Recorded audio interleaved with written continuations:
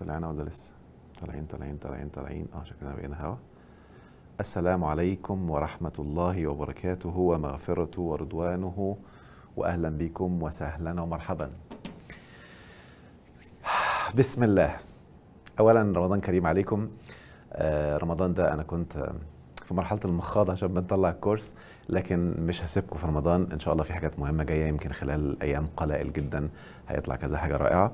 والنهاردة هنطلق دورة قوانين الاستحقاق. أنا يمكن الدورة دي ليها قصص ومواقف وأحداث في حياتي، بس في البداية عايز أقول معلومة مهمة أوي. لو واحد النهاردة قاعد مش بيبذل جهد ولا بيحاول يسعى إن هو يطور من نفسه، أو إن هو يعني يمشي ورا خطوات أو قوانين ويدور عشان يصل لما يريد، الشخص ده متخيلين إن ممكن في يوم من الأيام يجني ثمار إيجابية أو ينجح في حياته؟ لو جبنا مثال على شركة مثلا، هل أنت متخيل إن ممكن واحد يكون قاعد ومتخيل كده إن ربنا هيبعت له شركة ويقول يا رب ابعت لي شركة، يا رب ارزقني أكبر شركة في مجال كذا، وعمال يدعي وبيعدي يوم ورا شهر ورا سنة ورا 5 سنين ورا 10 سنين، هل هيصحى في يوم من الأيام هيلاقي الشركة موجودة؟ الله عليك، مستحيل، لأنه لازم يكون بيسعى. وأنا أكدت لما عملنا سيكولوجية الاستغفار إن في ناس كتير عندهم فهم موروث خاطئ بقصص وهمية، إنه دعا ونام لقى فلوس قدام الباب والكلام ده. للأسف إن لما الناس بتدعي بيبقى بعض الناس عندهم تصور إن ربنا اللي هيسعى بدالك، فأول حاجة بتضرب استحقاقك هو عدم السعي. ويا ريت بقى تكتب ورقة وقلم، لو لسه مش هتاخد الدورة الآن اكتب النقاط اللي هقولها الآن، دي مهمة قوي قوي كحاجات بيزكس وأساسية في مفهوم الاستحقاق. رقم 1، بلا سعي لا استحقاق. خلاص كده؟ بعض الناس للأسف بتلاقيه ما يعرفش حتى موضوع السعي، وما يعرفش ان من أهم أدوات السعي هو الإنفاق. نقطة رقم 2، بلا إنفاق لا استحقاق. حلوة تنفع أغنية دي، بلا إنفاق لا استحقاق. فإن لم تنفق ستنفق. إيه ده يعني إيه؟ عارفين في اللغة العربية الفصحى كلمة نفقة يعني فسد، مات يعني، حتى يقول لك نفقة العير. وبعض الناس للأسف لما حد من غير المنظومة الفكرية بتاعتهم يموت يقول لك نفقة فلان، يعني كأنه عاوز يهينه، يعني بدل ما يقول مات بيعامله كأنه بهايم، ربنا يسامحهم يعني. المهم، وهم مش فاهمين ان ده من أخطر أنواع الاستحقاق السلبي للأسف، إن أنا أهين من كرمه الله. احنا في رقم 2، بلا إنفاق لا استحقاق. وركز معايا في الحتة دي عشان هقولها نصيحة مني لبعض الناس الكتير اللي قاعدين عمالين يجنوا مجاني مجاني، وانا اتكلمت عن الموضوع ده كذا مرة، وخاصة في كان فايل من سيلفيديو اسمه سيكولوجية الغنى تقريبا، او ازاي تبقى، او عقلية الغني والفقير. ركز معايا بالله عليك، احنا جايين هنا علشان بلاش نقول امتحان، هغير الجملة لأن كلمة امتحان بتبعد عن المعنى الحق. هي حاجة شبه الجيم، إذا ما أنفقتش وقت وجهد وإجهاد في الجيم، أنا بدي مثال في الجيم دلوقتي، عمرك ما هتبني عضلة. خلاص كده؟ فبلا إنفاق مستحيل يطلع عضلات لو قعدت تدعي للصبح. وخلي مثال الجيم في ذهنك عشان أضحكك دلوقتي. خلاص؟ خلي مثال الجيم في ذهنك. واحد بقى قاعد بقاله سنين ضعيف، عضلاته ضعيفة، لما يجي يشيل حاجة تقع منه، وقاعد مكسل بياكل أكل غير صحي، يقول لك هو ربنا كاتبها لي، ربنا اللي كاتب لنا كده، أصل ربنا موزع العضلات والطاقة والقوة لحكمة لا يعلمها. وقاعد كده نايم وبتعدي عليه السنين وضعيف جدا، وغيره عمال يروح وينفق وقت ويتدرب ويبني جسده وعضلاته تكون قوية، وكل شهر عن شهر بيقدر يشيل حاجة اكبر من الشهر اللي قبليه، والتاني بيقول ايه لا هو بس ربنا كاتبها لهم، يعني هو كده، يعني هو ربنا سبحان الله بيفضل الناس. يعني بيستخدموا احيانا بعض الفاظ من القرآن مهمة جدا، ولكن بيستخدموها للتضليل وللضياع. عارفين في ايتين صدموني في يوم من الايام من القرآن. انا كنت بصراحة بوعي زمان اللي كان بسيط كنت بحسب ان الكتاب ده والقرآن ده كتاب لا يمكن يلخبط حد ولا يمكن يضيع حد، لغاية ما وقفت في أول سورة البقرة، ذلك الكتاب لا ريب فيه هدى، وحدد مجموعة من الناس بس للمتقين.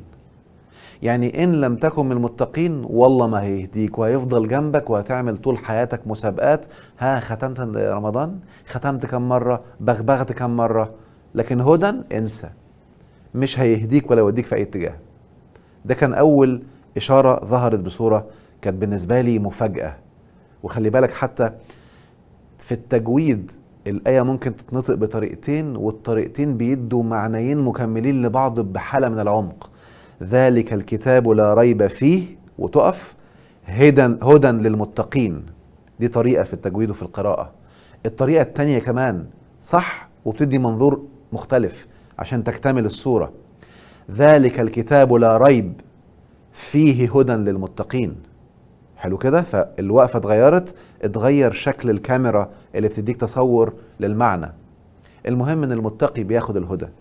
ولقيت ايتين تانيين داخل الكتاب بيقولوا ايه بقى.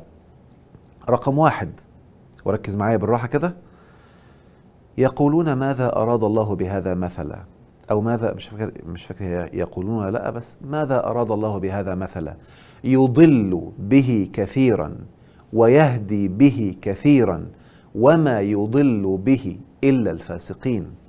الله، يعني ممكن يبقى حد فاسق فالكتاب هيضله، زي اللي بياخد الكتاب كده. ومرة سمعتها، أكيد سمعتوها زمان، يقول لك ده ربنا بيشتم يبقى أنا ينفع أشتم، ده ضل وراح في 60 داهية معايا.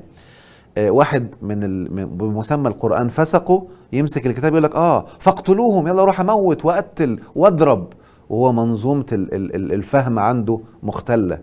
واحد فهم الكتاب بضلال يقول لك ده وركز معايا كويس في الحتة دي، إن أنا ربنا قال ولنبلونكم بشيء من الخوف والجوع، يبقى هيحصل لنا خوف وجوع وألم ومعاناة. ده كده ضل وراح في 60 داهية.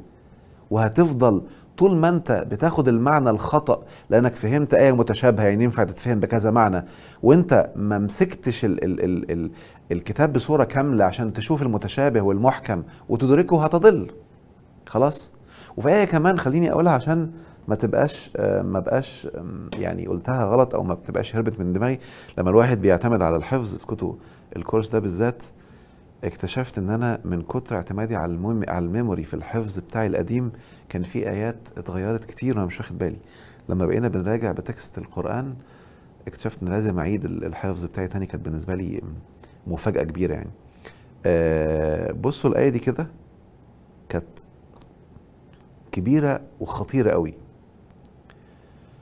قل هو هدى، بيتكلم عن القرآن، قل هو هدى للذين آمنوا، قل هو للذين آمنوا هدى وشفاء، 2 اهو، والذين لا يؤمنون في آذانهم وقر وهو عليهم عمى أولئك ينادون من مكان بعيد. يعني القرآن هيبقى عامة على بعض الناس. وخلي بالك الذين لا يؤمنون مش معناها ما يعرفوش. في ناس كتير فاكرين الإيمان أنا عارف، يعني أنا عارف إن في يوم آخر. خلي بالك إذا ما كنتش مستعد له وبتستعد لإجابة السؤال أنت مش مؤمن بيه لسه، عشان تبقى فاهم. يعني المؤمن بالامتحان بيذاكر، اللي عارف إن في امتحان بس ما بيذاكرش ده عارف لسه لم يؤمن بالامتحان. عشان كده قالوا زمان في معنى الإيمان ما وقر في القلب وصدقه العمل، وده معنى حقيقي عميق لكلمة إيمان. إذا لم يصدقه العمل لم يكتمل إيمانك، كنت لسه في اللخبطة. فهذا الكتاب ممكن يضل ويضيع. شفت الخطورة فين؟ يعني أنت كمان رغم أنه عندك وممكن يكون محطوط على الرف وقريته 50,000 مرة في حياتك، ولكن لم تستحق الهدى لأنك ما خدتش أدوات معينة وأسباب معينة. حتى من ضمن الكوميديا لما بدأنا ننزل بعض المعلومات عن الاستحقاق وبعض المعلومات عن اللايف اللي هنعمله والكورس اللي هنعمله، بعض الناس تلاقيه بيقول لك ايه، ايوه ده الاستحقاق ده كلام فاضي، انتوا عمالين تبيعوا بس، هو ما فيش غير الدين، ما فيش غير كلام ربنا. بعت له بس سؤال، كلامك رائع وكلامك جميل وانا والله العظيم بقوله، وعايز اقول لك كمان ان كل الكورسات اللي الواحد لف في عمره واخدها ويعني دفع فيها مبالغ طائلة، لما بنكتشفها وبنطبقها بنلاقي ليها اصل موجود في ديننا. معايا واللي هيحضر الكورس هيكتشف حاجات مزلزلة، بعض الناس هيتزلزلوا حرفيا. حلو كده. الكورس ده بالذات كان في ناس بيبكوا وينهاروا فيه من كتر الصدمة اللي بيشوفوها للمعلومات اللي فيه. فبقوم سائلهم بقى، طب انت ما شاء الله عمال تقول كده اهو، قول لي بالله عليك، معاك فلوس بقى وبسم الله ما شاء الله رائع، طب ما في الكتاب ما أنزلنا عليك القرآن لتشقى، قل لي أوهموك إنك مكتوب شقي؟ هو قال لك ما أنزلنا عليك القرآن لتشقى؟ أوهموك بقى كذيب إنك هتتكتب شقي، ولو كتبك شقي هتفضل شقي طول عمرك لحكمة لا يعلمها إلا هو، كذب وافتراء على الله سبحانه وتعالى وفهم خاطئ لمعنى هذا النص اللي جاي منسوب لسيدنا محمد عليه الصلاة والسلام. ها؟ هل بقى معاك رزق من زواج، من أولاد، حقوقك يعني؟ ولا عمال تبغبغ وخلاص؟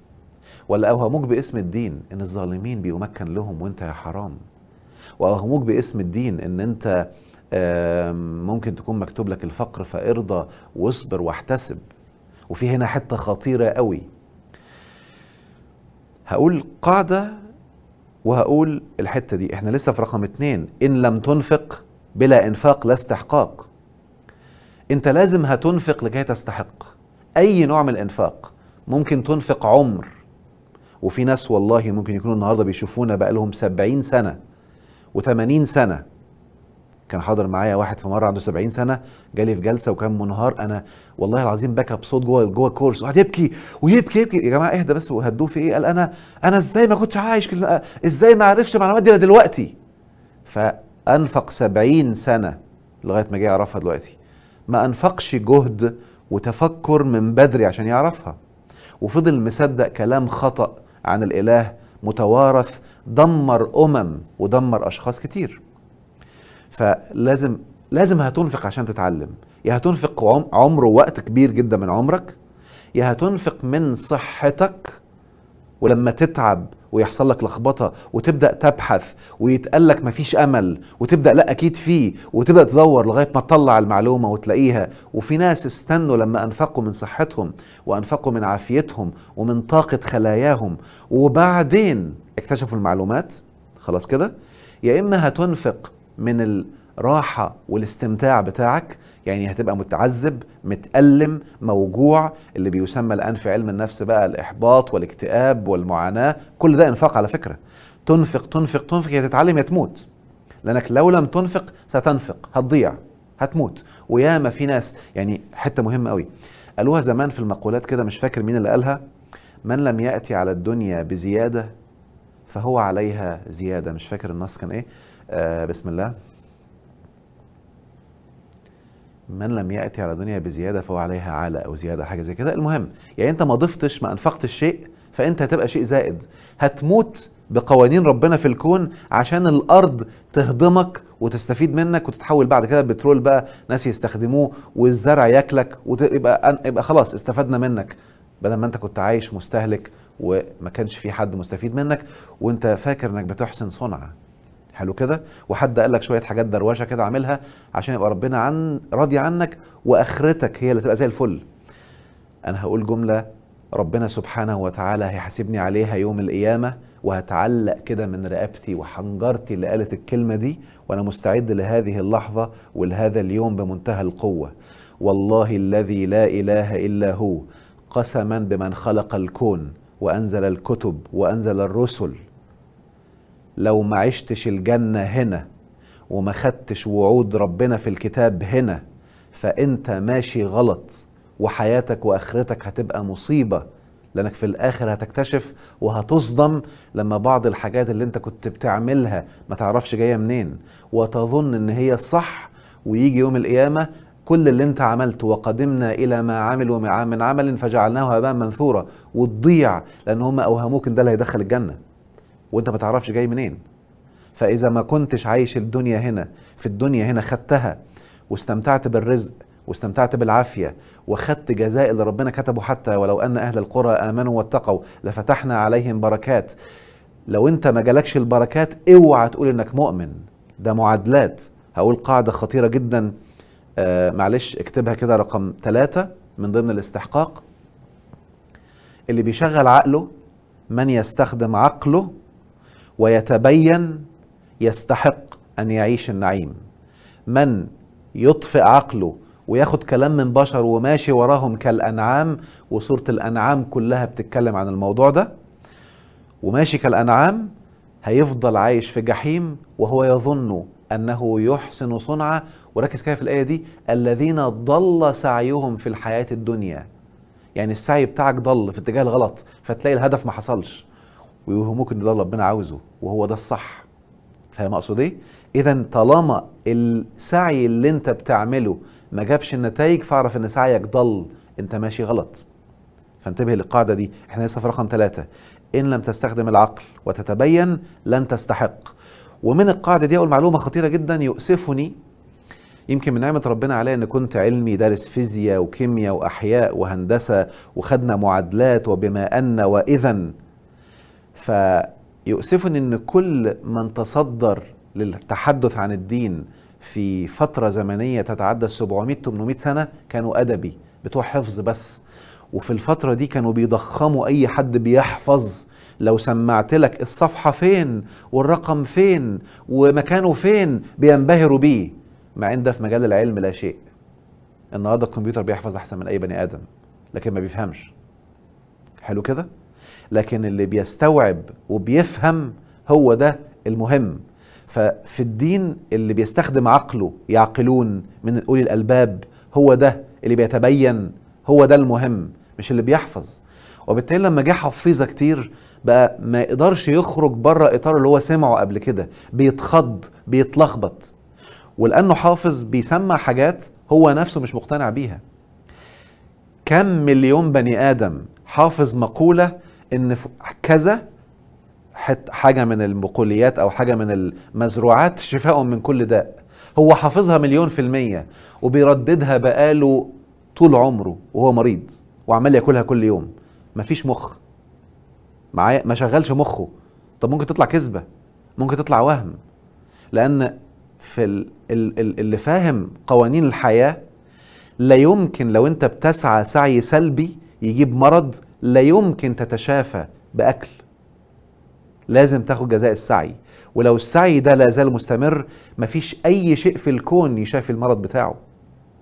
يعني لو واحد النهاردة مثلا من قوانين الاستحقاق شغال في بضاعة أكل وبيعملها رديئة وبيستخدم مكونات تسبب أمراض لآخرين، خلاص كده سيستحق بقانون الحق الإلهي إنه يجيله مرض. والله لو أطباء الكون اتجمعوا عليه طول عمره وخد كل ما العلم ابتكره في التشافي، والله ما هيتشافى.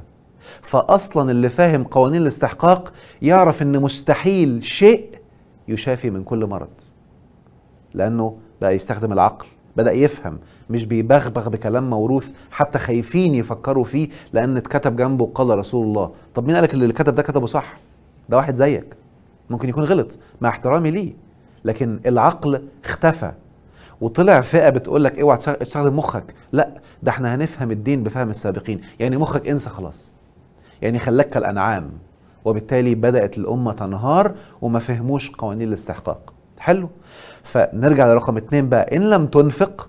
في بعض الناس بقى ممكن ينفق ألم، ينفق معاناة، ينفق ضياع لأجزاء من جسده، بتر وحوادث ومصايب ونار وحرق وفقدان لأعضاء وفقدان لوظائف زي البصر، زي التذوق، زي الشم، زي وبعد ما ينفق الكلام ده يبدأ يتعلم. وفي بعض الناس بتنفق مال عشان تتعلم. فانت لازم هتنفق. يعني انا عن نفسي اللي بيقول لك الكلام ده هو، انا انفقت اكتر من 8 سنين معاناة وألم، واقسم بالله خسرت ملايين عشان اعرف المعلومات دي، فانا انفقتها.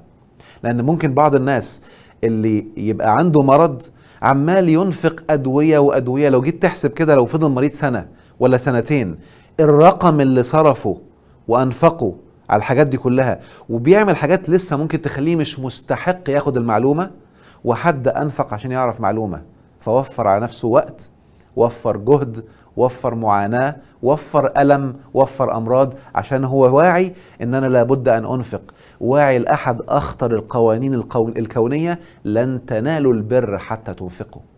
ومش معناها صدقات هتنفق، ده أنت حتى الهوى مش بر، والله ما هتاخده إلا ما تنفق، والله ما هتعرف تاكل إلا ما تخرج، أنفق. اللي ما يحصلوش إخراج بيموت. وصلت؟ لو أنت ما بتعرفش تخرج هتلاقي نفسك مش عارف تاكل. لو انت النهارده كلت وشبعت، مش هينفع تاكل تاني الا لما تنفق وتخرج بره، لازم يحصل تخريج.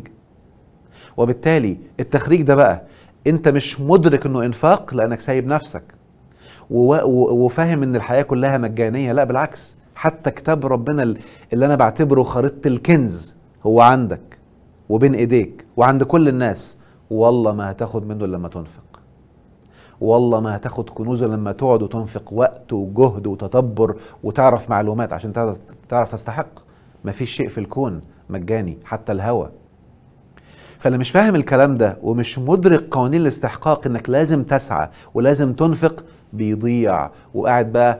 الحاجة الأخطر بقى من قوانين الاستحقاق، نقطة رقم 4، ان انت لو عندك معلومات كاذبة اللي هي سوء الظن بالله، الظانين بالله ظن السوء عليهم دائرة السوء. وهأقسم تاني، قسم هيحاسبني عليه رب العباد يوم ما أقف قدامه فرد لوحدي، ما حدش هيبقى محامي معايا ولا حد واقف بيدافع عني.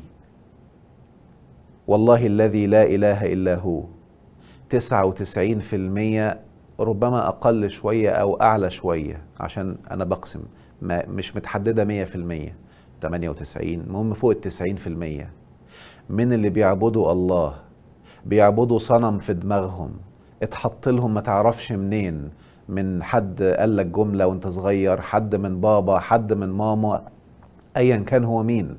هذا الصنم شكلته في عقلك عن الإله وسميته الله.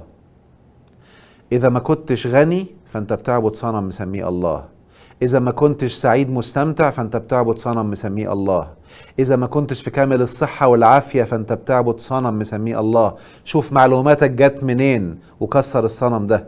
إذا ما كنتش بتاخد كل حقوقك من علم وأمان وسعادة ومسكن ومأكل ومشرب، صدقني هتتصدم في الآخر لما تكتشف إن المعلومات دي كلها كانت صنم أنت ما تعرفش جاي منين.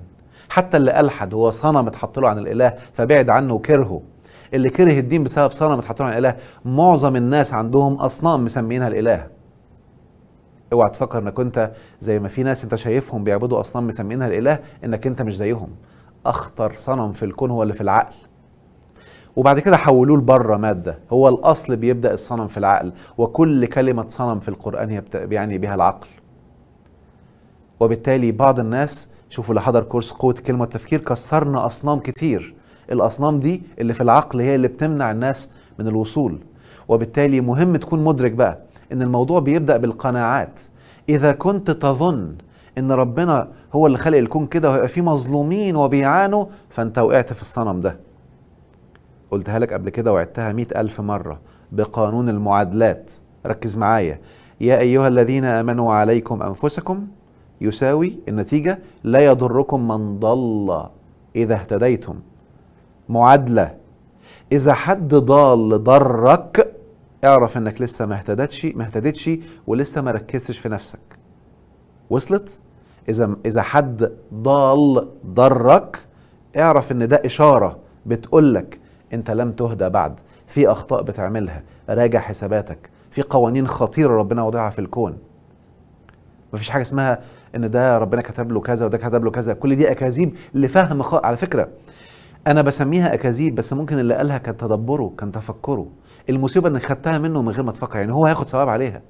اللي قاعد فكر بحسب وعيه زمان، مثلا ايام الجمل او ايام لسه الوعي كان بسيط بدائي، ده كان وعيه، هو كده اجتهد بمرحلته، وبالتالي هياخد ثواب على اجتهاده حتى وان اخطأ. المصيبة في اللي جه بعده ردد الكلام ده، مسكه كده وهو كذب على الاله. وصلت؟ وبالتالي هعيد بقى او هقول معلومة غاية في الخطورة لازم تكون مدركها الآن، ولهذا السبب تم يعني او خلاني بحث متواصل على مدى سنوات، والله ممكن تكون معدية تقريبا ال8 أو 9 سنوات.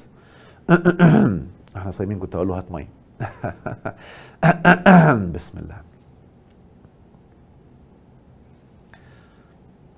فهقول معلومة والله انا المعلومات دي لما اكتشفتها بالبحث ده خرجت، وبقولها بأريحية وبثقة وبيقين. كل تفصيلة انت عايشها في حياتك ايا كنت انت مين، وايا كان مكانك في الكون، ايا كان مرحلة جسدك اللي بنسميه طفل او اللي بنسميه مراهق او اللي بنسميه شيخ، ايا كان هذه المرحلة، هو استحقاق بمنتهى الدقة في حاجات بتتعمل تؤدي الى النتائج اللي انت فيها. واخطر صنم واخطر كذبة بتودي الناس في داهية لما منعوهم ينفقوا ألم وقالوا لهم لا عشان تريح نفسك وترتاح، قول ربنا اللي عامل لي عشان ترتاح. يا عم سيبه ينفق ألم وقول له انت اللي غلطان، بألمه هيقدر يعرف. لكن لما تنيمه انت بتدمره وتخليه مرتاح. نام وتغطى بالبطانية تطلع الأول على الجمهورية. فدي كارثة وقع فيها ناس كتير. قصدت تكون شديد في الحتة دي لأن الحتة دي محتاجة شدة ومحتاجة حسم وعزيمة قوية، وبعدين ابتسم واهدى ونبدأ بقى نتكلم بهدوء بعد ما عدينا مرحلة الحسم. حاجة مهمة عايز أقولها، لأن الموضوع ده من أجمل وأروع الحاجات اللي حصلت لي في عمري كله. إن أنت لما تبدأ كل يوم تتعلم معلومة وتطبقها وتبدأ تستمتع، بتقع في حالة من الشكر، فتبقى طول الوقت شاكر وطول الوقت عمال تتدرج وتستمتع استمتاع رهيب. والحاجة الأحلى كمان إن أنت لما تقعد بتنظف أي معلومة غلط جات لك كذبا عن الإله، معلومة غلط جات لك كذبا عن الحياة، معلومة غلط جات لك كذبا عن القدر وعن المكتوب، هتتحول حياتك للعبة من أجمل ما يكون. عارفين انت لما تاخد اللعبة، أي لعبة انت بتلعبها، مش انت في الأول بتكون لسه مش عارف قوانينها، ما بتعرفهاش، فانت بتقعد تجرب من غير ما حد يقولك كلام كاذب. فوانت بتجرب بتبقى مستمتع باكتشاف، يا تصدق الحتة دي لما دخلتها طلع فيها أسلحة وانت قبل كده ما كنتش تعرف، والحتة دي لما عملتها ادت لي بونص كذا كذا كذا. الحالة دي والله هتبقى عليها وانت عمال تعمل كده في الدنيا من غير ما حد يكون عميك بأكاذيب اتقالت كذبا عن الإله. هما باعتين لي بيقولوا ان الدورة جاهزة للإطلاق. طيب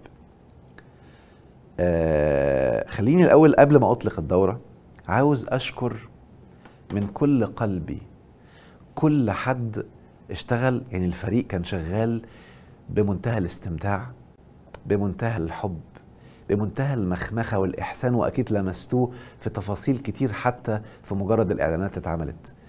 فالفريق والله العظيم أنا بحبكم من كل قلبي. كل حد شارك بأي جهد بسيط، اللي شاركوا في بعض الأفكار المفروض تتعمل، لأن الدورة اتعملت قبل كده كذا مرة، والفريق في ناس خليتهم يشوفوا يقولوا لي تعليقات، ايه اللي شايفه ممكن يتضاف، ايه اللي شايفه ممكن الناس تفهمه غلط من الأسئلة نطوره وانا بعيد الدورة عشان تتسجل في الأكاديمية.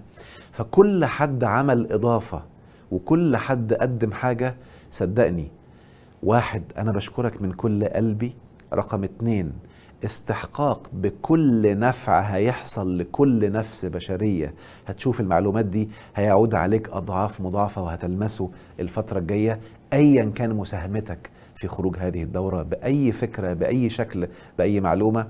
وأخص بالذكر فريق التصوير والمونتاج، هقول عشان أنا ما انساش، وأنا أنت عارفين في اللايف الواحد ممكن يبقى الذهن أو الذاكرة ممكن تضيع. أبو بكر رندا، دكتورة رندا، يعني يعني بعتبرها احد اكبر الجنود المجهولين المبدعين، وعلى فكرة هي طبيبة بيطرية وسابت مجال الطب البيطري. و انا عندي قناعتين هقول بس عشان ايه يعني اظبطها شوية واظبط الاناث شوية. الانثى دايما تفصيلية، وانا بحب دايما لما بكون عايز اعمل حاجة تفصيلية وعايز حد يكون دماغه التفصيلية حاضرة تبقى انثى. الراجل تعميمي، الراجل ممكن يبقى خنشور كده، في حاجات بتضيع منه، تفاصيل تقع منه ما ياخدش باله منها، لكن الانثى دايما تفصيليه.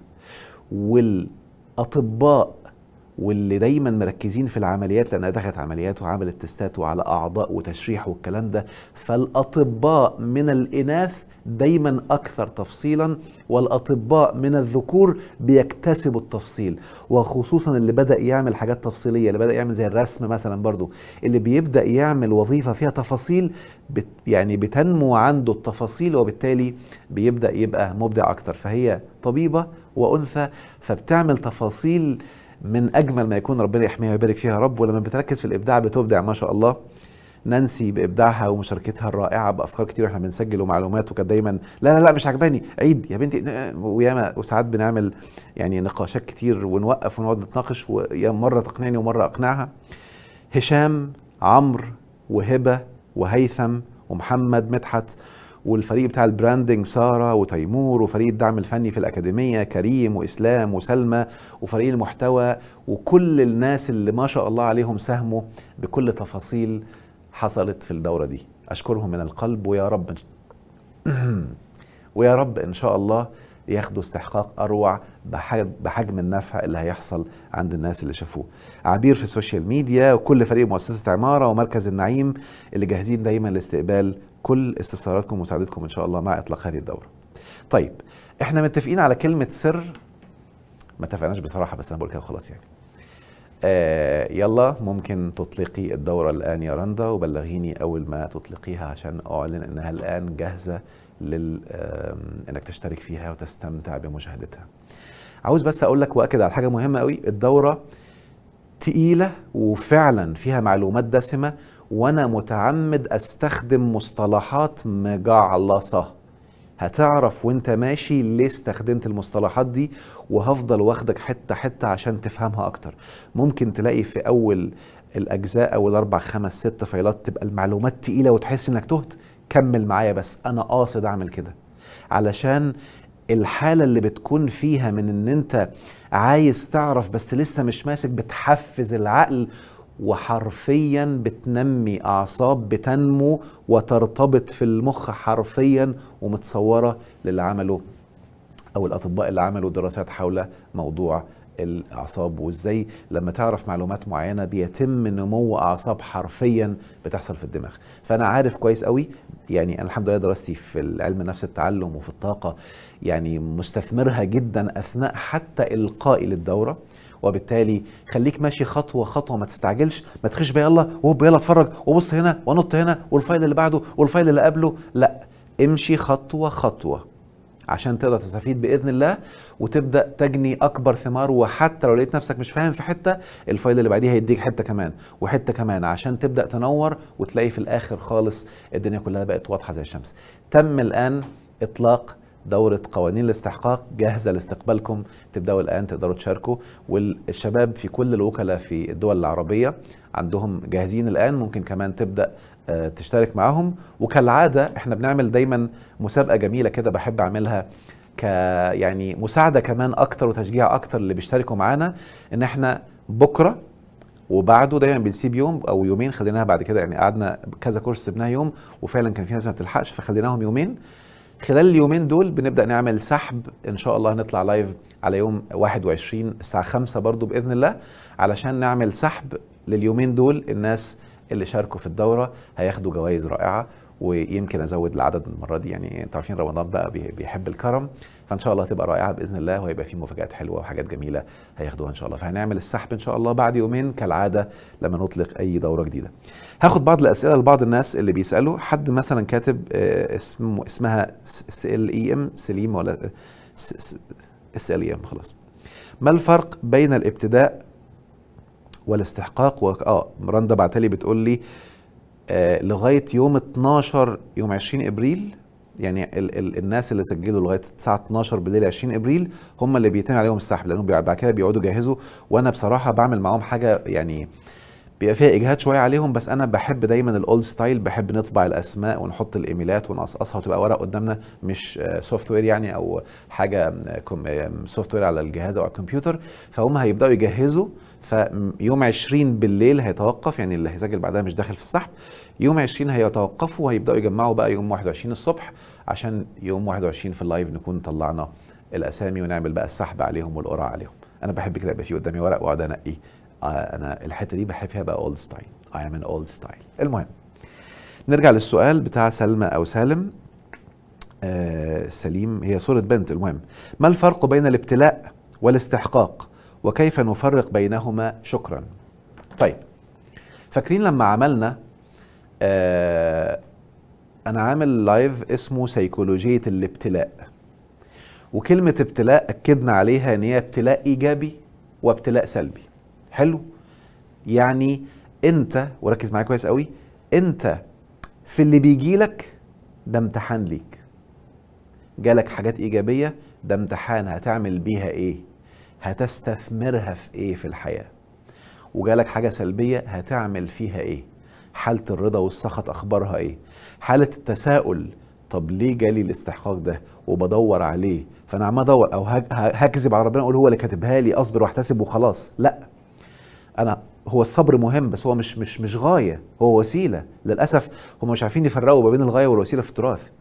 هم شايفين ان الصبر غاية، ولكن ربنا قال استعينوا بالصبر عشان نوصل لحاجة معينة، فهو وسيلة مش غاية خالص.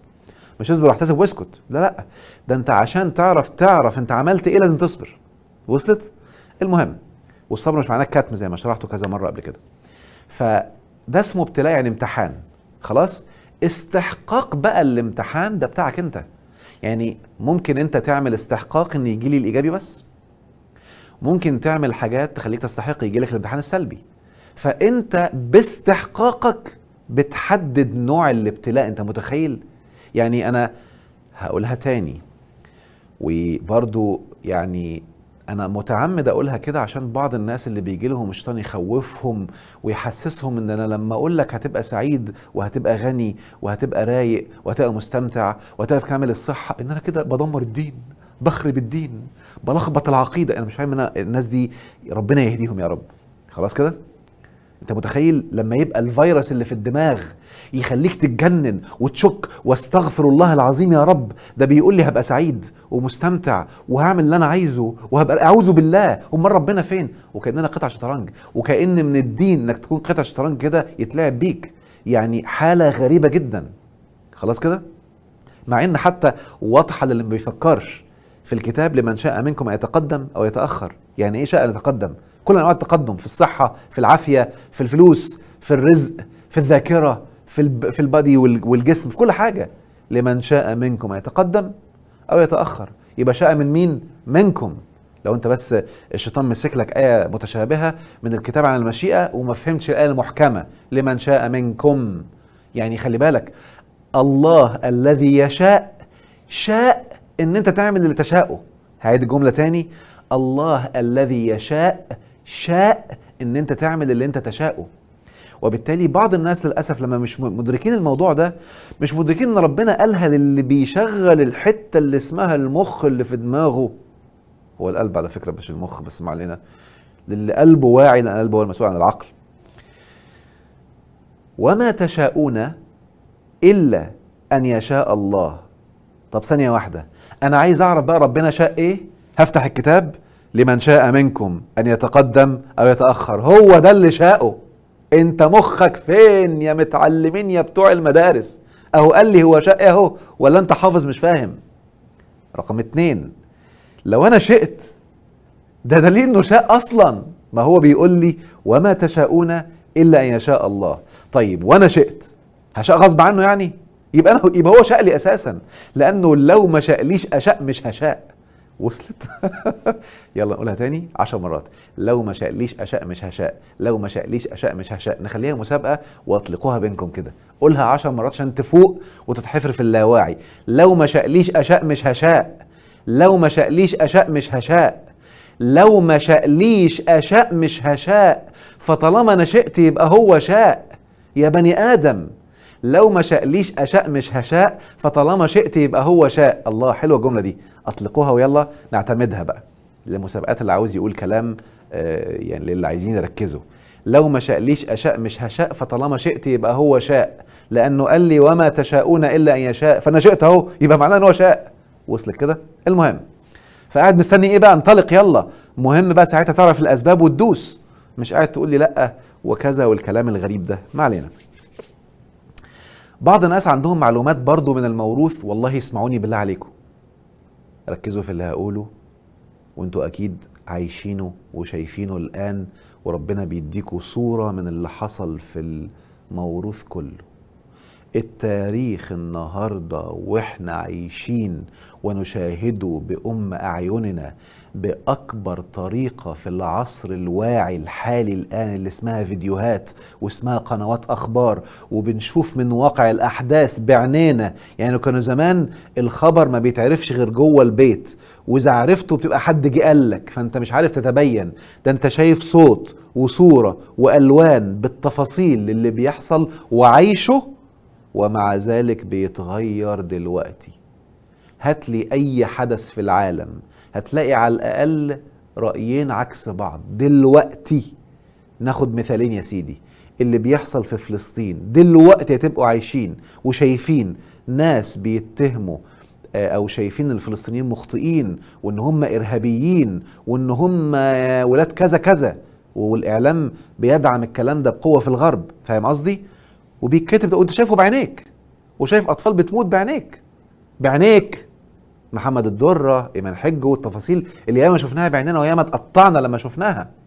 بيتكتب التاريخ دلوقتي اهو وانت شايفه، وبيتكتب تاريخ تاني عن قد ايه دول بيحافظوا على يعني اوطانهم وبيدافعوا عنها. وده تاريخ وده تاريخ. ده بس بقول لك اعلى اتنين، وما بينهما كان اعظم. ده ممكن يكون على الأقل 4 بيتكتبوا.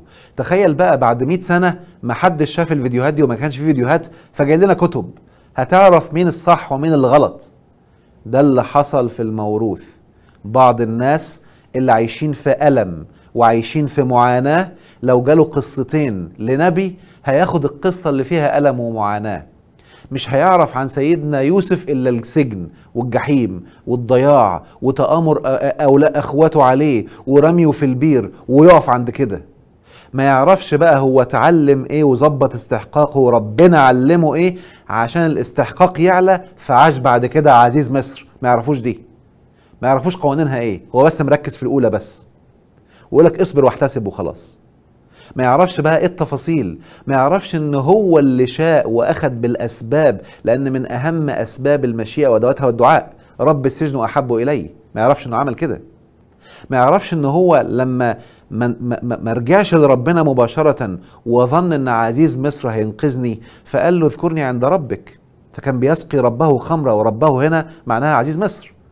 فلما عمل كده ربنا خلاه ينسى وقعد كتير، ولما لجأ لربنا وأدرك إن لا ملجأ ولا منجى من الله إلا إليه، خرجوا بقى عزيز مصر. ففي خطوات ربنا بيعلمنا. النبي مش نازل مولود من بطن أمه عارف كل حاجة، لأن برضو الناس للأسف بوعيها مش فاهمين علم نفس، إن كل رسول في الكون بدأ بمرحلة وعي دنيا وانتهت حياته بمرحلة وعي عليا، وبالتالي شيء طبيعي يمر أثناء مراحل التجهيز بأخطاء وينزل الحل، بأخطاء وينزل الحل، لغاية لما قبل ما يموت كان واصل لأعلى درجات الوعي بحسب مرحلته اللي ربنا سبحانه وتعالى وضعها بأسبابها. وبالتالي مهم أكون مدرك بقى القصة اللي جاية لي في أنهي مرحلة. فاللي مش فاهم حتى مراحل الوعي ممكن ياخد قصة في البداية خالص، لما كان لسه حتى ما عندوش أي معلومات عن أن أنا أنصح الناس أو إن أنا أوجههم، فمتحمس فراح لوحده لناس ما يعرفوهوش، قال لهم رسول ادوله بالطوب وعوروه. فتعلم من الموضوع ده وقال أنا إزاي أروح أكلم الناس في أصنام في عقولهم ومعيش باور بيحميني. يعني إيه الكلام ده؟ وما فيش حاجة اسمها ربنا يحميني أنت مش واخد بالأسباب كده. أنت لازم تتعلم، ربنا حاطط أسباب وهيديك معلومات تعرفها، فبيحصل تعلم ساعتها. وبالتالي المرة الجاية أعملها بأحسن ما يكون، هستنى وانا في بلدي في وسط عزوتي وناسي وفي مكان فيه بشر كتير، ممكن حد مؤيد وحد معارض، وهطلع اشوف مين اللي عندهم يبان فيهم ان ممكن يتقبلوا، وابدا اكلمهم وادعوهم. زي اللي كانوا جايين من المدينة، دعاهم لوحدهم وفي مكانه، اتعلم خلاص موقف اللي حصل. ففي تطور حصل الآن، وبالتالي كانت النتيجة ان القوم دول راحوا قعدوا يكلموا كمان اهلهم، بدأوا يكبروا، فجوم السنة اللي بعدها اكتر لغاية ما حصلت طفرة في الوعي في المدينة. وبالتالي بقت هي لما عرف المعلومات دي وحصل وعي، هتاخد بقى انهي قصة دلوقتي؟ هيجي يقول لك ده كان بيتعور بيتضرب في الطوب، قول له قبل ما تجيله معلومات ان يعمل حاجات معينة، انا عاوز القصة اللي بعدها، لان انا كمان بقيت عارفها الان، ليه اعيدها؟ خلي بالكم، لا يلدغ مؤمن من جحر مرتين. معلش تقبل مني. ودايما اللي بيكون ماشي مالي كلامه من التراث بيتجنن من الكلام الحق ده. ربنا حتى قال اكثرهم للحق كارهون، بيتجنن لانه يخالف المنظومه الفكريه بتاعته. والغريب انه بيعتبر المنظومه الفكريه دي هي الدين، فبيقول لي انت مش فاهم، انت بتخبط في الدين. انا بخبط في الاصنام اللي في دماغك مش في الدين. انا بخبط في واتحداك تجيب لي حاجه انا بقولها ملهاش نص في الكتاب. اتحداك، انا بقولها ملهاش نص في الكتاب. ممكن بقى النص محكم وانت واخد ايه متشابهه. وصلت؟ مهم تمسك المحكم عشان تتظبط. يعني عارف محكم يعني ايه؟ حط عمود الخيمه قبل ما تفهم. اللي يروح يشوف الخيمه بترفرف هيقول لي بترفرف، لا، في عمود ثابت الاول بيحكم وبيمسك الخيمه اللي بترفرف. ما تبصش عليها وهي قماش وتقول الخيمه قماش، دي متشابهه. في حاجه اسمها صلب ماسكه الخيمه، ده اللي تبني عليه. ففي ايات ممكن تمشي كده وتمشي كده، مالكش دعوه بيها. خد الصلب الاول وابني عليه عشان تكون منظومه عقلك ماشيه راسخه في العلم. ده ربنا سماهم الراسخون في العلم، يقولون امنا به كل، مش ناخد ايه ونجري. حلو كده؟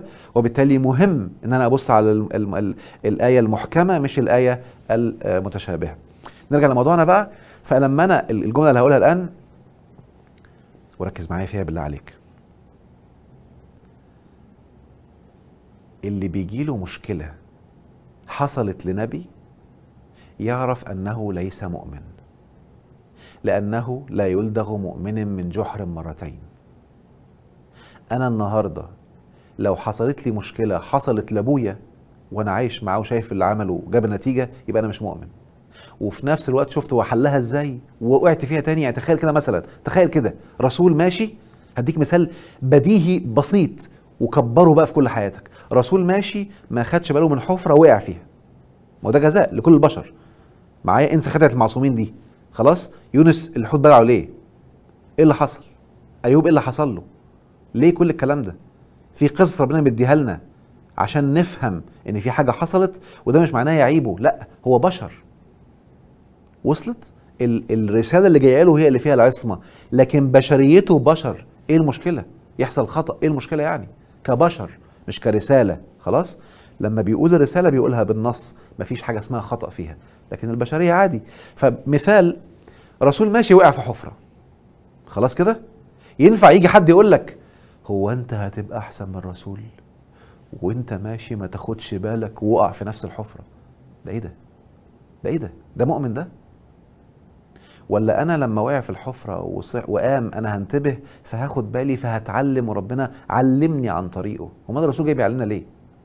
وليه الكتاب ما نزلش كامل في الاول؟ يعني ليه ربنا ما انزلش الكتب مره واحده، والقران حتى اخر كتاب ما نزلش مره واحده؟ ليه في 23 سنه؟ عشان بيحصل خطأ ويتركهم يتعلموا بالمحاولة والخطأ ويجربوا، وبعدين تنزل الحل. بيكون في أعلى استعداد.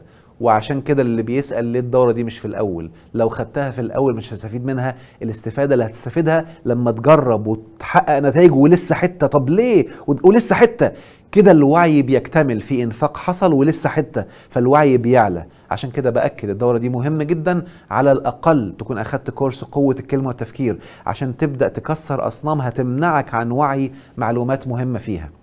فقوة الكلمة والتفكير أساس قبل ما تاخد الدورة دي. ويا سلام لو خدت معاه كورس اختراق المجال الطاقي، كده هتبقى الاستفادة أعلى وأعلى. حلو كده، ويا سلام اكتر بكتير لو خدت قبليه الطاقه كمان. حلو. لكن الشرط الرئيسي هو قوه الكلمه والتفكير، عشان تبقى منظومتك العقليه مظبوطه، وبالتالي الشيطان ما يخش يقعد يلعب معاك. خلاص.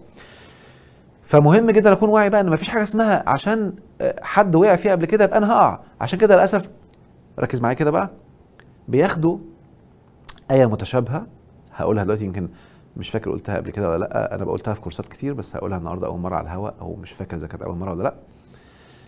ياخدوا ايه محكمه بتقول بينسوا ايه محكمه بتقول ما اصابكم من مصيبه فبما كسبت ايديكم. خلاص. وياخدوا ايه متشابهه ويفهموها غلط، بتتقال كتير جدا. أم حسبتم أن تدخلوا الجنة ولما يأتكم مثل الذين خلوا من قبلكم مستهم البأساء والضراء وزلزلوا حتى يقول الرسول والذين آمنوا معه متى نصر الله ألا إن نصر الله قريب. خلي بالك بقى، أنا قلت لك في الأول القرآن لو أنت مش مؤمن هيديك عمى، هيعميك. مؤمن يعني إيه؟ مؤمن أن ربنا قال ما أصابكم من مصيبة فبما كسبت أيديكم. مؤمن أن ربنا قال ذلك بأن الله لم يكن، ذلك بأن ربك لا يهرب السماء. المهم قلتها 50,000 مرة كده. ذلك بأن الله لم يكن مغيرا نعمة مش ممكن تتغير، أنعمها على قوم حتى يغيروا ما أنفسهم. آية محكمة، وآية محكمة هي محكمة، ما ينفعش تتفهم يمين وشمال. ما ينفعش يبقى أنا لسه ما أدركتش ومخي مش علمي وأقول بس الواقع غير كده. افهم الآية وآمن بيها تفهم الواقع، مش تاخد الواقع تحكم بيه على الآية.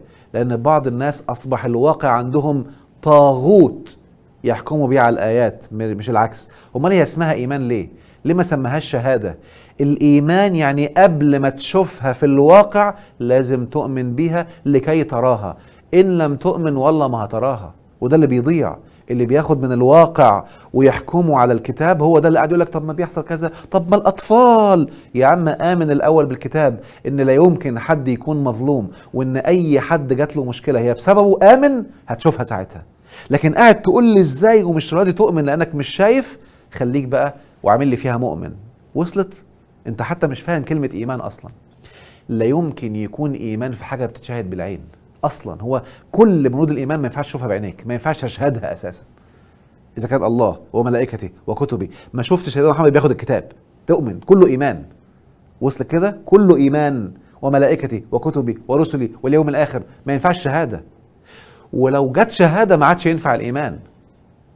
خلاص. ازاي؟ هو امال فايده الايمان ايه؟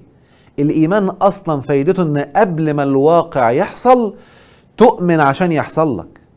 بعض بتوع التراث للأسف سامحهم الله والله العظيم بكل حب، أنا بختلف معاهم في الفكر مش كشخص، هو اجتهد، أصاب أو أخطأ ده حسابه على ربنا. تلك أمة قد خلت، خلاص شكرا، حسابها على ربنا. أنت بقى له ما كسبتم ولكم ما كسبتم، أنت بقى خلاص ركز في نفسك. فبعض الناس يبص على الآيات ويبص على نفسه، والشيطان يوهم إن هو مؤمن، فيقول طب أنا مؤمن وما حصليش كده. او انت تشتغل اله تقول لك ده والله العظيم مؤمن وزي الفل وحصل ما شاء الله. انت عارف كل الناس ما شاء الله، يعني اذا كان الناس، في ناس نفسهم مش عارفين ان هم مش مؤمنين. انت متخيل؟ واللي بيسمع كلمه الايمان النهارده بالشرح البسيط اللي قلته ممكن يقول ايه ده، تصدق ده انا كده مش مؤمن وانت فاكر نفسك مؤمن.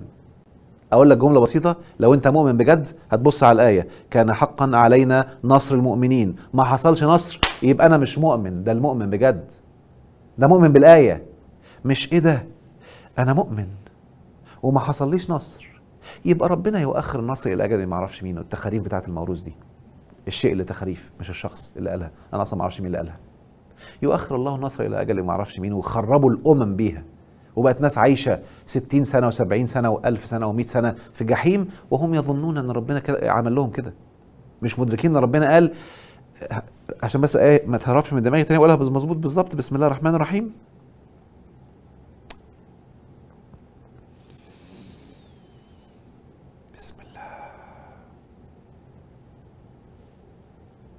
أولها إيه؟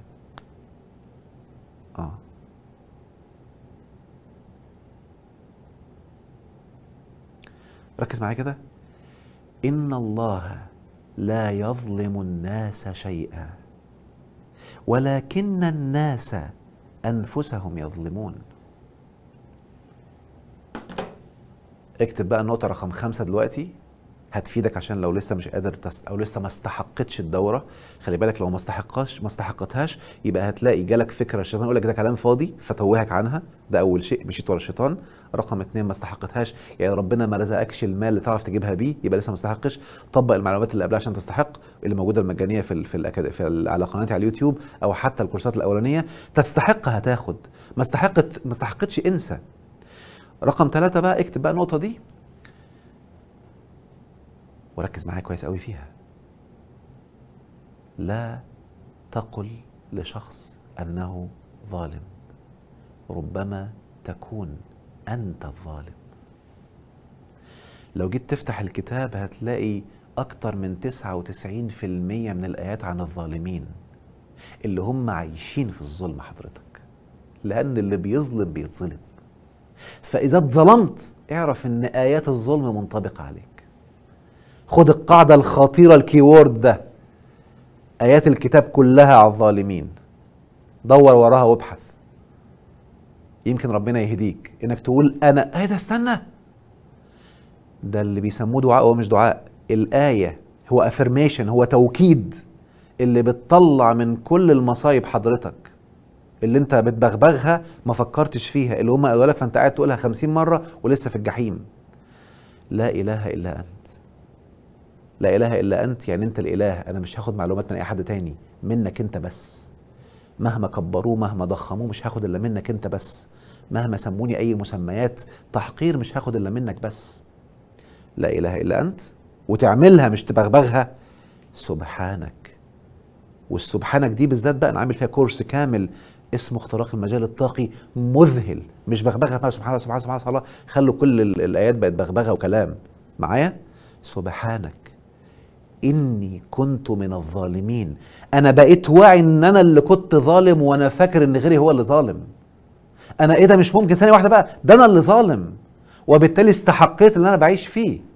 يوم ما تقر مش تبغبغها لا إله إلا أنت سبحانك إني كنت ظالم، بغبغة كده ينعق بما لا يسمع، زي ما ربنا قالها في القرآن، ينعق زي البغبغان وحتى مش سامع، مش واعي، مش مدرك بيقول إيه. يوم ما تقول ثانية واحدة ده أنا اللي كنت ظالم، ده أنا اللي خارب الدنيا، لا ده انا هرجع بقى اشوف انا ظالم ازاي وراجع حساباتي. عشان كده بقول لك الموضوع ده خد مني وقت طويل طويل جدا، انفقته تعب ومعاناه وتجارب مع الناس. بدات اكتشفه لما لقيت بعض، على فكره اللي ظالم بيستحق الخوف. يلا يا سيدي، اللي من الظالمين يستحق الخوف. مره واحد جنن، هقولها بقى بالعاميه المصريه معلش يعني، ويسامحني ناس ساعات بيقولوا لي بعد الدوره بعد البتاع، يا عم انت ليه بتقول الفاظ؟ انا بحب كده، انا بحب صوت احمدي. جنن امي. واحد معايا في جلسه من الشباب جنن امي، عمال اطبق معاه تمارين الخوف وانا اللي بعمل له الجلسه. خد الكورس مش عارف لسه خايف، هو نزل عنده بس لسه في خوف. اقول له مستحيل يا ابني، ونطبق مفيش فايده، واجرب معاه. طب تعالى، قمت قايل له ساعتها طب خلاص بقى انا بعمل ابحاث، لما اكون بعمل بحث عاوز بقوم مدي الناس انا هجرب فيه فبديها له هديه. تعالى انا هفضل معاك نجرب جلسه 2 3 هخليه الخوف يروح، ونجرب في الجلسة ويطلع ويروح. يبدأ الخوف يقل، كان 70 كان 80 نزل ل 40 نزل ل 30، بس مش عايز ينزل. أنا بعناية شفت مئات الجلسات والله في العالم كله، في جلسة بيختفي الخوف، بعمل لهم جلسة واحدة بيطلع طاير. وفي ناس تانية لأ بيتعرقل. طب ما أنا نفس الشخص بعمل نفس الشخص، اشمعنى ده واشمعنى ده؟ عشان كده اللي بيعملوا السيئات يقول لك إيه؟ ده مش علم. إذا كان علم لابد أن ينطبق على الجميع. هو مش مدرك إن في استحقاق، إحنا بنخاطب نفس مش مادة. قوانين العلم البشري المادي، المهم إنه هنا بقى ملحد رسمي، ناسي الإله وناسي الطاقة والاستحقاق ودخل في المادة. فأنت هنا ما شاء الله بقى فكرك ملحد، اللي بترفض الطاقة وعايز تدخلها إلحاد اللي هو مادة علم يعني، وشوية تلاقيك بنفسك بتهاجم الماديين. فناس عندهم حتى المنظومة العقلية متلخبطة. ففي المادة لو خليت على المادة بنفس الظروف بنفس المواقف هتحصل نفس النتائج، لكن في البشر استحقاقه اللي بيحكم النتائج. لو عامل حاجات عند ربنا مستحق سيئات زي ما انا قلتها 100,000 مرة، وانا اكتشفتها 2013 وتعمدت كل شوية على السوشيال ميديا اقولها. لو بتعمل سيئات مش هتستحق، لو بتتكلم على حد سلبي مش هتستحق، بتبوظ شغلك، ظبط الاول. فلو بيعمل سيئات زي اللي بيعمل غيبة ونميمة معايا مع الناس، ودي ابسط السيئات حتى، يا ربي اخطر السيئات اكتر، اقصد اللي الناس شايفينها سلبيه، فدي اخطر السيئات انك تجيب كلام سلبي على حد وتعمل عليه بهتان. ربنا قال عن البهتان في القرآن وتحسبونه هينا وهو عند الله عظيم. فتلاقيهم هم نفسهم يقعدوا يجربوا الطاقه، يقول لك مفيش فايده، حضرت الكورس وما استفدتش. ما انا عرفت ساعتها ليه بقى، ما استحقش اصلا. فاوعى تسمع منهم الله يخليك. لو لقيت حد عارف، اتهم قناعات، خبط في افكار، خبط في معلومات، قول عليها تخريف، قول اللي انت عايزه. لكن اشخاص شكرا انا احترمه، او انا بصوا يا جماعه في حاجه حصل كده، انا شاكك بيقول كذا وكذا، المنظومه دي شكل الشخص ما اعرفش، مش هقدر اجزم 100%، ولكن بص الدوله اللي جاي منها، ال السن اللي بدأ فيه، مجموعه في حاجه غلط، لا انا هحذر بقى وبعمل حسابي في حاجه غلط. لكن مش همسك حد اقول ده كذاب، ده منافق، ده مدلس، مستحيل. انت كده بتعمل مصيبه. فانت خبط في المنظومه معايا، لكن اوعى تمسك الشخص، شيلها خالص. الشيطان بقى يخلينا مستحيل، لا لازم يجيب شخص ويسخر ويتريق عشان يمعن في السيئات، فما يستحقش الخير، فلما يروح يطبقه يلاقيه يعتبره غلط. والله محروم، والله محروم. نرجع للشخص ده بقى، فبطبق عليه وعمال اجرب، مش مستحق، مش عارف يستفيد. انا اللي بعمل له الجلسه، انا اللي عملتها اكتر من 2000 مره قبل كده، وفي ناس والله بيطلعوا طايرين لما بيطبقوا جلسه معايا من مره واحده. كل الخوف اللي بيعاني منه، انا لما درست طاقه بقيت من فضل الله، لما الواحد درس طاقه بقت الجلسات ماكسيموم يقعد معايا الشخص 4 جلسات بالكتير، ياخد كل اللي كان عايزه. ممكن تكون بينها مسافات متباعده، بس انا بعمل حاجات وهو بيعمل حاجات. ده بقى اجرب معاه مفيش فايده، يمين شمال، وايه بقى يوصل الخوف ل30 ويروح اسبوع يرجع مرعوب تاني وجات له فكره تانيه وطلعت الخوف ل70. لا في ان بقى في حاجه غلط كده. فبدات في التوقيت ده، لا كده بقى ممكن يكون في قوانين تانيه اعلى بكتير من القوانين اللي احنا واخدينها وبندرسها. قعدت ابحث لغايه ما اكتشفت موضوع الاستحقاق، كأن في حاجه منعاه، اللي هي ربنا قالها في الكتاب: ما لهم من الله من عاصم. اكتب كده بقى لو سمحت في ورقه قدامك، عشان لو بتتبع الموروث خليها حلقه في ذهنك. ما لهم من الله من عاصم، يعني لن تخرج من اللي انت فيه عن طريق حد يقنعك ان ربنا اللي عايز لك كده فتقتنع فتفضل فيه. رقم 2، حد يجيب لك قصة لأحد الصالحين الرائعين ووقع في مشكلة فتقول لي اهو ما حصل لهم اهو، يبقى اكيد بقى، وتنسف الكتاب بقصص ما تعرفش مين اللي مألفها ولا جايه منين ولا ايه اللي حاصل، زي ما قالوا لنا زمان واحنا صغيرين. والله اتقالت كذا مره واكيد سمعتها انت لو كنت بقى مع الطيارات ايام الاكاذيب اللي طلعت زمان باسم الدين دي. يقول لك واحده جوزها يعني اتجوزها وكانوا رائعين جدا ومبسوطين وحياتهم رائعه ومستمتعين، فصحي في يوم الصبح لقى مراته تقول ايه؟ طلقني. يا حاجه في ايه؟ طلقني يا بنت الحلال، وانا ضريتك في حاجه؟ طلقني. يمين شمال مفيش، قفلت، طلقني طلقني طلقني، خلاص هطلقك. فقام مطلقها تقريبا، ومش فاكر تفاصيل القصه بس بقول لك المغزى بتاعها، الشاهد منها يعني. وبعدين رايحين بقى على الجمل يوصلها لاهلها، فمش عارف بيعمل ايه في الجمل، فتعور باين ولا اتخبط في حاجه، اتاذى يعني، جاله الم. قالت له ايه ده؟ يبقى انا اسفه، ردني بقى. في ايه يا حاجه؟ اصل انا لقيتك رايق وحياتك زي الفل وحياتك جنه وما حصلكش الم، فقلت انت كده ربنا بيكرهك، فلما اتعورت يبقى انت صح. شفت المنظومه المختله اللي قالوها لنا زمان؟ انا درست الكلام ده ودرست ألعن منه، ودرست كان بيجي الواحد من ايمانه بيتشق، وكلام التخاريف اللي كانوا بيضحكوا بينا عليه دي. فربنا يقول لك في القرآن في الكتاب: كان حقا علينا نصر المؤمنين، ويجي لك قصه ان المؤمن كان بيتشق. انت مخك فين؟ هتصدق مين؟ مين هيطغى في عقلك عن الله؟ مين بقى شريك؟ ده مش شريك، ده بقى هو البوس على كلام الاله. وبالتالي قصص مكذوبه جايه. قال يعني انت اصلا لو بتبص على الكتاب مؤمن، طالما اتشق ما هو كانش مؤمن، كان عارف ربنا بس مش مؤمن. عارف ان في اله، وفرق كبير بين انك عارف ان في اله ومؤمن. والله لو مؤمن ما حد هيضرك، والله لو مؤمن ما حد هيضرك.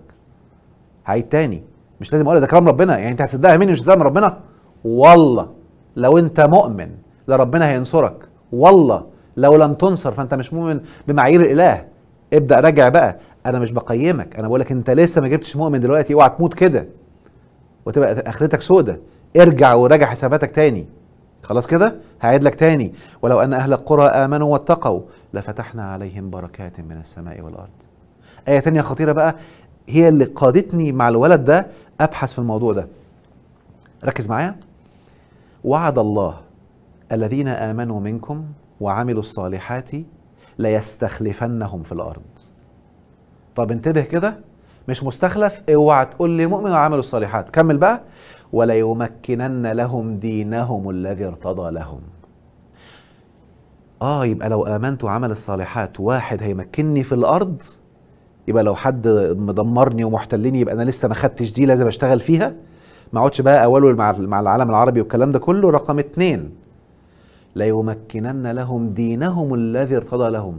مش هيحميه من أديان الدين والتيارات اللي جايه من الموروث، وكل واحد فاكر انه الفرقه الناجيه.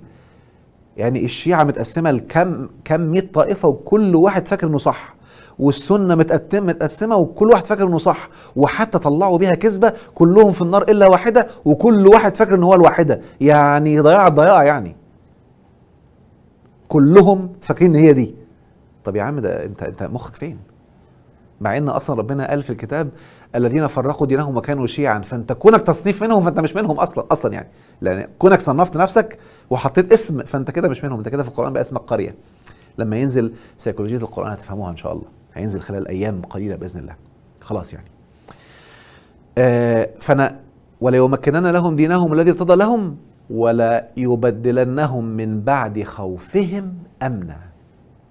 يبقى يمكننهم في الارض ليستخلفنهم في الارض كما استخلف دينهم من قبلهم، ولا يمكنن لهم دينهم الذي ارتضى لهم ولا يبدلنهم من بعد خوفهم امنا. بس خلاص.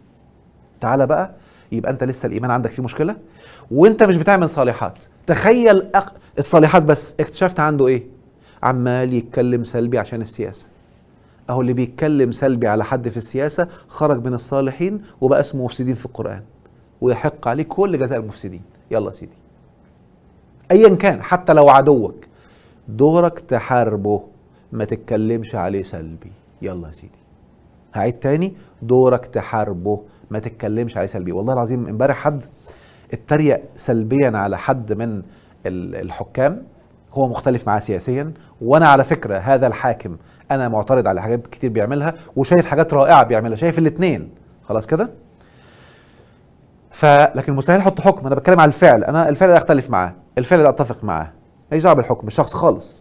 المهم، فبقول له لو سمحت انت مسمي الشخص كلمه سلبيه، انت كده بتعمل حاجه سلبيه وده جزاءها مصيبه، اهو ده لوحده استحقاق كارثه.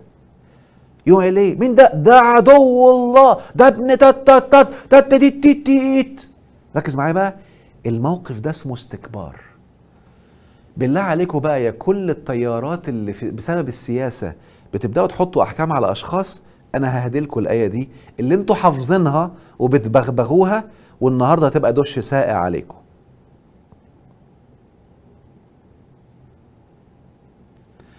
ان الذين كذبوا باياتنا، يعني ربنا بيقول لا يسخر قوم من قوم عسى ان يكونوا خيرا منهم، ولا نساء من نساء عسى ان يكون خيرا منهن، ولا تنابذوا بالالقاب بئس الاسم الفسوق بعد العصيان واولئك هم الظالمون. ظالمون، ها معايا؟ المهم، فحتى الالقاب ما تمسكش حد تحط له لقب وتتنابذ بيه ما اعرفش مين. دي ايه اهي، خلي بالك انت كده كذبت بالايه دي، لان حد اوهمك انه عدو الله او انه كذا او انه كذا، حكم على شخص. خلاص. وبعدين لما يجي حد ينبهك تستكبر وتقوم مزود.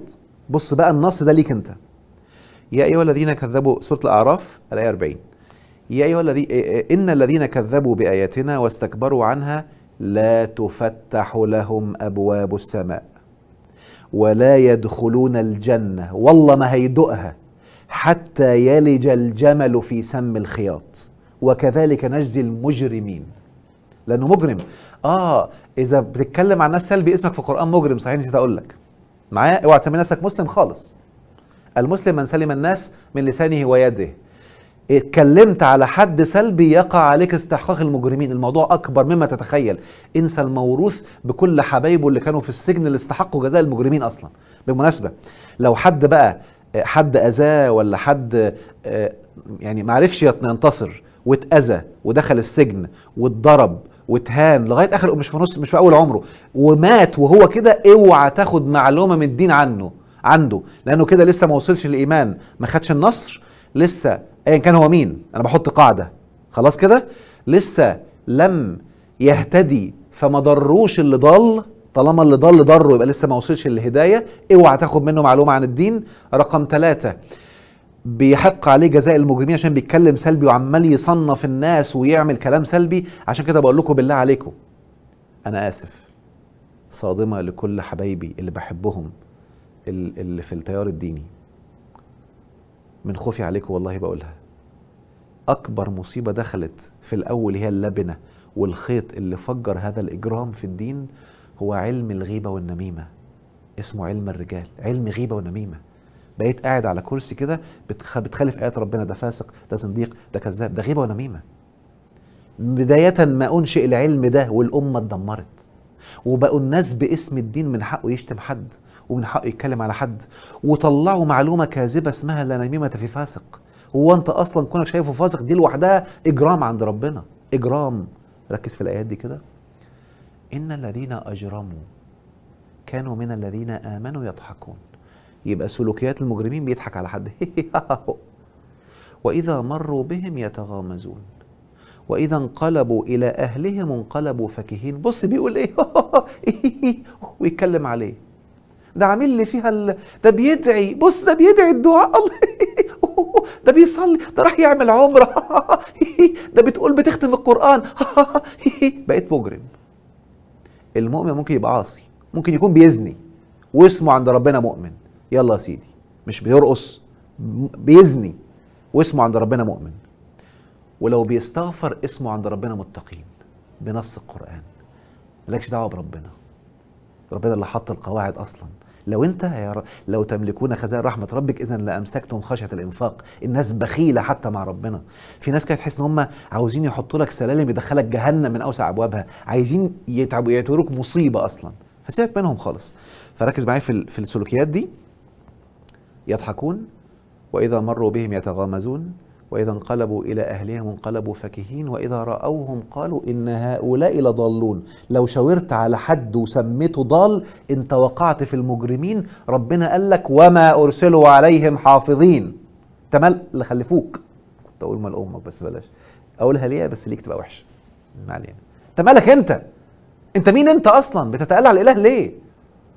قول له أنا أرى إن الفعل ده خطأ أخي الحبيب، مش عشان كده بصوا لهم كده بقى، هتلاقوا كلهم عايشين الجحيم باسم الدين. انا مره والله العظيم واحده قطعت قلبي، كانت متصله باحد الاعمده اللي في الدين للطيارات دي، وتقول له، بدات تفكر، بدات تشغل عقلها، تقول له يا سيدنا الشيخ هو ممكن نكون غلط، احنا حياتنا اتدمرت، انا ابني مات وجوزي مسافر هربان وما عارف هو ايه ده، هو ليه ربنا مش معانا، هو اللي بيحصل لنا كده، هو ممكن يكون غلط. بدأت تشغل مخها، بدأت تفهم، أم بسرعة طامس قال لها لا أعوذ بالله، ألسنا نقاتل في ديننا، ألسنا نشرد من أوطاننا ومعرفش أهلنا، ألسنا نحارب في أرزاقنا، ألسنا نسجن، ألسنا نعتقل، إذا نحن الغرباء، إذا نحن على الصواب. قالت له ريحتني يا شيخ. شفت الكفر بالآيات؟ شفت الكفر بالآيات؟ خلي بالك، هو عدد لها الجزاء اللي ربنا حطه في القرآن للي بيحاربون الله ورسوله. الله عليك، الموضوع أنا متكلم عنه بتفصيل في الدورة خطير. إنما جزاء الذين يحاربون الله ورسوله ويسعون في الأرض فسادا، بالكلام السلبي ده أول الإفساد، إفساد ذات البين أعلى أنواع الإفساد، وإصلاح ذات البين أعلى أنواع الإصلاح، أن يقتلوا أو يصلبوا أو تقطع أيديهم وأرجلهم من خلاف أو ينفوا من الأرض. ده اللي بيحصل لهم، وهو شاكر نفسه مسلم ومؤمن وبيقول ده الإيمان. شفت الشيطان عامي الناس إزاي؟ شفت الشيطان، وتلاقي بقى إيه، أقول له الكتاب يطلع له الطاغوت، ده قصة فلان، ده صاحبي، يا عم ده تراث، ده أنا بقول لك التاريخ بيتزور الآن، اركن ده على جنب. شغل مخك. قوانين الاستحقاق مرعبة مذهلة فوق ما تتخيل، وبالتالي ناس كتير مش واخدين بالهم، وعمال يعمل حاجات كتير زي ما نتكلم في قوانين خطيرة جدا داخل الدورة ان شاء الله تفعل استحقاق سلبي وهو يظن انه يحسن صنعه، وبالتالي ما استحقش الكلام ده. هرجع اخد اسئله تانية، طبعا استفدت في دي بقوه عشان هي مهمه جدا ويهمني. اللي مش هيقدر يشترك في الدوره لانه لسه مش مستحق الان، اديت لك معلومات محتاجه منك الان جهد وبذل وقت عشان تراجع حساباتك بقى وتكسر هذه الاصنام، لعل وعسى تستحق من الله الهدايه ان كنت صادق في البحث وراء الخيوط اللي انا بعتها لك دي وقلتها لك. طيب ناخد بعض الاسئله تاني. بسم الله. هل يمكن أنا أشترك ويكون أول كورس ليا؟ لا، مهم يكون كورس قوة الكلمة والتفكير هو الأول. أول كورس ليك لا. هعيد تاني، أول كورس ليك لا، خد قوة الكلمة والتفكير الأول وبعدين خد ده عشان تستفيد استفادة أكبر. هتحس بقى ان لا وعايز اخده، هتخش هتلاقي الكلام تقيل عليك وهتلاقي شيطان دخل، لانك لسه ما وقفتش بعض الحاجات اللي بنعملها في الكورس الاولاني، وتنظف طاقتك وتنظف افكارك من الكلام ده وتفكك التعميم. انا اثناء قوه الكلمه والتفكير بعمل تنظيفات كتير وبعمل تفكيك لافكار كتير، فهيدخل الشيطان يخليك ما تستفدش. فالاول عشان تمشي بالتدرج الطبيعي ان شاء الله على الاقل قوه الكلمه والتفكير. طيب، عندما استحق الكورس ساحصل على المال الذي انفقه؟ طبعا هتحصل على المال وهتحصل هتبقى خدها قاعده كده، اذا الحاجه ما بقتش متجسده عندك في العالم اللي انت عايشه اذا لم تستحقها، عشان ما حدش يضحك عليك. واللي انت لسه ما خدتوش ده يبقى لسه ما خدتش استحقاقه. نسيت نقاط، انا اسف. واحد، ربنا قال في القران ما له من الله من عاصم، اما انك تجي لك افكار حد يوهمك ان ربنا عايز كده فتنام وتأنتخ وتغطى وتفكر انك هتطلع على الجمهوريه. رقم 2، ان يدخل الشيطان يقول لك كلام سلبي، ايه ده بيخرب في الدين، ده بيخرب في العقيده، تقوم انت لا تتبين، ما عملتش امر التبين فتستحق تضيع في حياتك. ده رقم 2. رقم 3، ان انت تقعد تجري في حاجات وتروح، وممكن لو انت استحقاقك مزيد من الالم تقوم رايح لحد يوصف لك دواء غلط يلخبط لك حاجات كتير، تعرف ان استحقاقك مطين بطين. قوانين الاستحقاق هي اللي بتحكم الكون، ده اعلى شيء في الكون.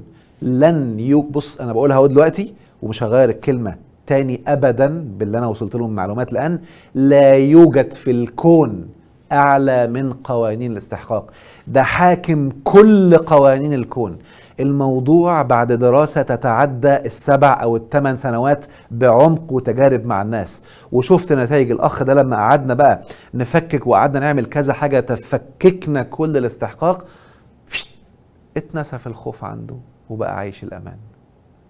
واللي كان بيعاني وعنده أمراض اتنسف المرض عنده وبقى عنده الأمان. ماليش دعوة بالأدوية ولا دعوة كده، خلي بالك. واتنسف يعني إيه؟ ما تفكرش إنه نام صحي زي الفل، ده هو زي ما كان لم يهدى ولم يستحق معرفة الأدوية الصحيحة ولا الأطباء الصح، وده استحقاق برضو. الدكتور اللي انت بتروح له يديك علاج ده استحقاق.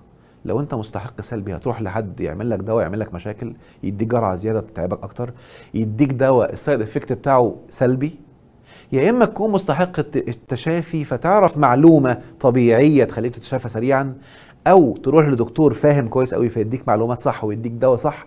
الاتنين استحقاق، يعني حتى المنظومة الطبية استحقاق. والاطباء اللي بيسمعوني عارفين كده، وعارفين كويس قوي قوي قوي ان في كل ابحاث الادوية بيعتبروا الدواء رائع وكويس لما تبقى نتائج تطبيقه على الناس يعني 60-70% وساعات 60، مش اعلى من كده.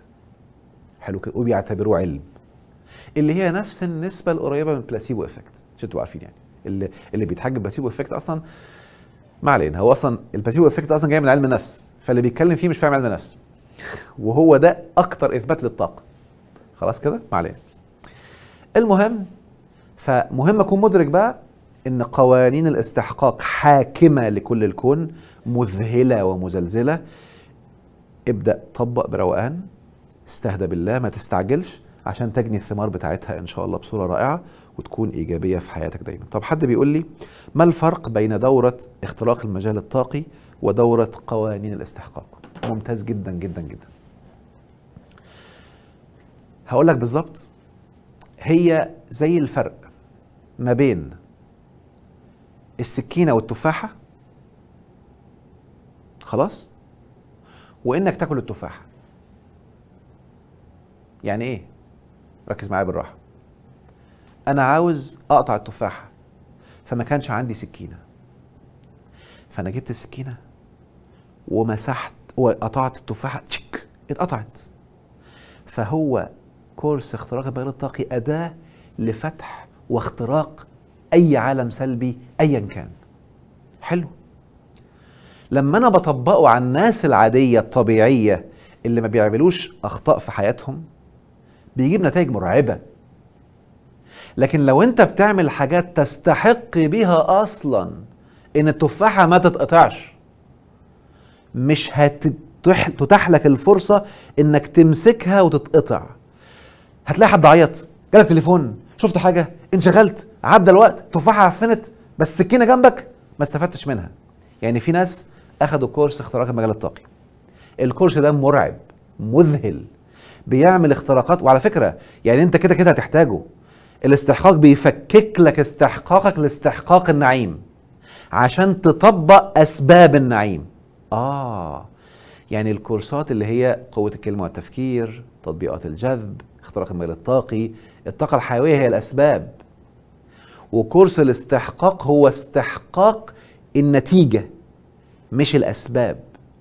فأنا الأول بفكك، لو لسه متعرقل، يعني اللي خدوا الكورسات قبل كده 100% هيعمل لك نتائج، بس لو لسه بقى ما جابلكش النتائج اللي انت عايزها يبقى لسه في حاجة في استحقاق النتيجة بايظة. تظبط استحقاق النتيجة تلاقي الكورس لما تعمله جاب لك 10 أضعاف اللي فات. طيب، وبعض الناس يعني مثلا أذكر حد كان أخذ كورس اختراق المجال الطاقي بالذات، وصل راتبه الشهري إلى تقريبا $40,000، وعمال يحط أهداف ويطبق الدورة ويعمل أكتر. 40,000 40,000 40,000. يقول لي أنا عارف إن ممكن أجيب أكتر، بس في حاجة حاصلة مثبتها عند 40. لما قلت له خلاص احضر كورس اختراق، انا كنت قبل ما اطلقه في الاكاديميه كان معمول في كل المؤسسات والفروع في مصر وفي الامارات حاجه اسمها عرض مرئي زي السينما كده، والحمد لله كنت اول حد يعملها في العالم العربي، ان الكورس مسجل معمول على شاشات، بتحضر مع مجموعه من الشباب كانه سينما، تتفرج على الكورس وتمشي سينما. خلاص، قلت له روح احضره في الاكاديميه في المؤسسه وطبق. فلما راح كورس قوانين الاستحقاق وطبق اللي فيه حرفيا، فكك كل الليميتيشن اللي كانت موقفاه عند 40. دلوقتي والله العلي العظيم مرتبه او دخله الشهري معدي ال $250,000. انا بحلف بالله وانا عارفه شخصيا بالاسم، خلاص، وصورته في ذهني الان. المهم، وفي ناس تانية بقى اقرا اكتر بكتير. انا بس عشان الشخص ده انا عارفه، في حد هو قايل لي رقم، بس انا في ناس تانية ما قالوش ارقام، خلاص، بس انا شايف النتائج اللي حصلت في شغلهم، وشايف كذا شركه، وعمل شركه في لندن وشركه في استراليا، شايف النتائج بس ما اعرفش ارقام ايه. وفي ناس تانية بقى يبقى بيحضر الكورس وعمال يتفرج على نتائج الناس ونتائج اللي بيحصلوا له ويحس ان ده كذب. طب ما انا بطبق، ما فيش. اهو ده اكتر حد مستحق قوانين الاستحقاق. لو انت خدت قوة الكلمة والتفكير او كورس ولسه مش لامس نتائج، فانت احق انسان الان بالدورة دي. حلو. بص، اولا يبقى انت اكتر حد هيتزلزل، تاني حاجة اكتر حد هيلاقي نتائج مذهلة بعدها ان شاء الله. فهي بتفكك النتيجة النهائية، الاستحقاق بتاعك، درجة القيمة. يعني خلي بالكوا استحقاق معناها ايه؟ انك مستحق مثلا من المال 10 اللي الناس فاكرينه قدر. ما هم خلي بالكوا في بعض الناس كانوا زمان يقعد يجري ويبذل جهد ويعمل دعاية ويعمل اعلانات ويعمل كذا كذا كذا، ويلاقي برضه نفس الراتب بيجيله او نفس المحصلة، او يجيب مبلغ كتير يفرح بيه شوية ومحصل له مصيبة مرجعاه، فتلاقيه في الاخر في نفس الدايرة. فلو انت كده اعرف ان اللي حاكم الموضوع الاستحقاق، خلاص كده. فلما تفكك الاستحقاق وترفعه وتفهمه، وانا مدي درجات بقى، اذا عاوز تستحق ايه تاخدها، وحاجات تانية تستحق اعلى، وحاجات اعلى، بحيث تقدر تفتح لاعلى اعلى مما تتخيل. هتبقى فاهم اصلا منظومة الاستحقاق هو عامل زي الهرم، بيبدأ بالقاعدة العريضة الاستحقاق اللي عامل الناس كلها بيبقوا الناس الأكترية فيه، إلى استحقاق عمال يبقى أقل عدد من الناس بياخدوه لغاية أعلى الهرم. واللي هياخد دورة هيفهم الكلام ده كله بالتفصيل، إزاي أقدر استحق أعلى وأعلى وأعلى. فأنت لو لسه حتى عندك مشاكل وجحيم، ولسه عندك مشكلة كبيرة جدا، وعندك لخبطة في حياتك، يبقى ده أولوية، بس بعد قوة الكلمة والتفكير. وبعد كده تبدأ تتدرج بعد كده أعلى وأعلى. يعني من الآخر، في يوم من الايام انا شارحها، حتى اول فايل من الدوره مفتوح مجاني، لما تنزل النهارده ممكن تشوفوها، ينزل خلاص، ممكن تدخل تتفرج عليه مجانا، بس في الغالب لازم تكون اشتركت عشان الاكاديميه تبقى عندها داتا بتاعتك. يعني عشان تعرف تشوف الفيديو لازم تكون عامل اكونت على الاكاديميه. المهم، فبس الفايل الاول مجاني من كل الدورات، عشان تبقى شايف بالظبط ايه اللي بيحصل، وبقول فيه كلام اعمق، وبشرح فيه بقى الدوره عباره عن ايه، والعملي بتاعها عامل ازاي. فركز معايا بالله عليك. لم يأمرنا إله الكون في أي أمر إن إحنا نسعى لحقوقنا. فركز بقى في اللي هقوله. إذا أنت لازلت بتعاني لغاية النهاردة ولم تكتمل حقوقك، اللي هي المال والدخل اللي بيكفيك ويخليك معاك فلوس تتفسح وتسافر وراضي ومستمتع، واللي بتعوزه بتعرف تجيبه، اللي أنت يعني مثلا يبقى عندك عربية، بس مش أغلى أنواع العربيات، لا، عربية بتاعتك، بيت بتاعك ملكك، مش بقى قصر، لا، بيت. ده بقى استحقاق اعلى متكلمين فيه بالتفصيل، بس يبقى عندك بيت بتاعك باسمك، مش لسه عايش في الايجار. لو لسه عايش ايجار يبقى استحقاقك لسه مضروب في الحته دي، لكن بيت ملكك حتى لو صغير بس بتاعك، وبعد كده تستحق الاعلى، ده درجات الاستحقاق. يبقى الحقوق الاساسيه انك المأكل، المشرب، الملبس، اللبس الشيك، مش الهاي اند، اللبس الشيك الجميل المحترم، انك تسافر تتفسح، انك تعرف تتعلم، عايز دوره تعرف تاخدها بسهوله، عاوز بتعمل بيزنس وبيدخلك عائد، مش مالكش شغل، ده كده استحقاق مضروب، يبقى ده الكورس ده ليك اصلا. عايش امان، مش مرعوب وخايف، عايش في بلد فيها سلام، مش فيها حرب، مش فيها معاناه، ما بتاثرش باي حاجه من اللي حواليك، يبقى استحقاقك كده مضروب. لو انت واحده من دول، الحقوق الرئيسيه مضروبه، وبتحارب عشان تطلع فيزا، بتحارب عشان يجي لك رزق، يقول لك انا بجري على اكل عيشي. والله في ناس من اول ما اتولدوا لغايه ما ماتوا عمال يجري في اكل عيشه، ده حتى مش فاهم استحقاق خالص. عمال اجري عشان ابذل جهد واعرف، وكورس طالع قدامي وهموت واخده مش عارف. استحقاقك مضروب. ان انا عاوز اسافر مثلا وتكاليف السفر مش عارف اعملها، عاوز ادرس في جامعه ومش قادر معيش فلوسها، عاوز اعمل مثلا شركه بس مش ما عنديش مبلغ يخليني اتحرك واعمل شغل كبير، فشغلي ذللني، وقاعد مهما اجيب اللي بجيبه وبصرفه، وعايش طول حياتي بستنى الاجازه عشان اشتغل واستنى الاجازه، ومنظومه عمري بقى 40 سنه كده. تعرف ان الاستحقاق مضروب. اللي بيكتمل استحقاقه ده كله بيتشال من دماغه. يعني هديك مثال بسيط كده، معلش، انا بعتبر نفسي باللي انا طبقته استحقاقي كله من الحقوق اكتمل وبقى اعلى اضعاف. تخيل بقى ان انا كده في يوم من الايام بقول لك ايه، ده انا لسه عمال احوش عشان اجيب سفريه. هتضحك يا عم، مين ده يا عم؟ طب بس انا عشان مش عارف اطلع فيزا، نفسي اروح امريكا بس مش عارف، في جامعه عايز ادرس فيها بس معيش فلوسها، عايز ادخل ابني مدرسه بس غاليه قوي مش قادر. هتضحك، لان الحمد لله انا عملت اللي يخلي كل استحقاقي موجود، عايش مستمتع رايق في نعيم. يعني والله ما انا فاكر خفت امتى، والله بحلف بالله، حاله الخوف والرعب اللي الحمد لله مش فاكرها خالص امتى حصلت معايا. فالحقوق كلها حاصله، احسن لبس عندي بدل البيت اكتر، رائع الحمد لله. وبعد كده بقى انا كل ده مش شاغل دماغي بيه، انا شاغل دماغي ازاي مزيد من النفع، فاستحق مزيد من الوفرة ومزيد من النجاحات، وشركة والتانية والتالتة والرابعة والخامسة، وعمال بقى بفكر في حاجات اعلى، مش عمال اجري في حقوقي. وخلي بالك، اللي بيقولك الكلام ده في يوم من الايام كان بيكلم مراته في التليفون وبيقول لها بقول لك ايه، انا معايا 10 جنيه، ايه الاهم، اجيب عيش ولا حفاظات لباسل؟ قالت لي لا خلاص الحافظات ممكن اتصرف، هتعيش العيش اهم. كان عايش في ده وفاكر ان هو ده اللي ربنا كاتبه لي وهو ده اللي مقدر ليا، لغايه ما ادركت ان كل تفصيله البني ادم بياخدها هو اللي بيستحقها، وكنت عايش في الجحيم. بل ادركت بقى ان لو انا تدخلت لمساعده حد مستحق الضياع انا هضيع. ركز في الجمله اللي بقولها، اذا تدخلت لمساعده حد ما له من الله من عاصم. لما تفهم قوانين الاستحقاق هتحمي نفسك من بلاوي. اذا انا تدخلت لمساعده حد مش مستحق انا اللي هتدمر. عشان كده انا ما بساعدش حد، انا برشد، لكن مش هحل لك امتحانك.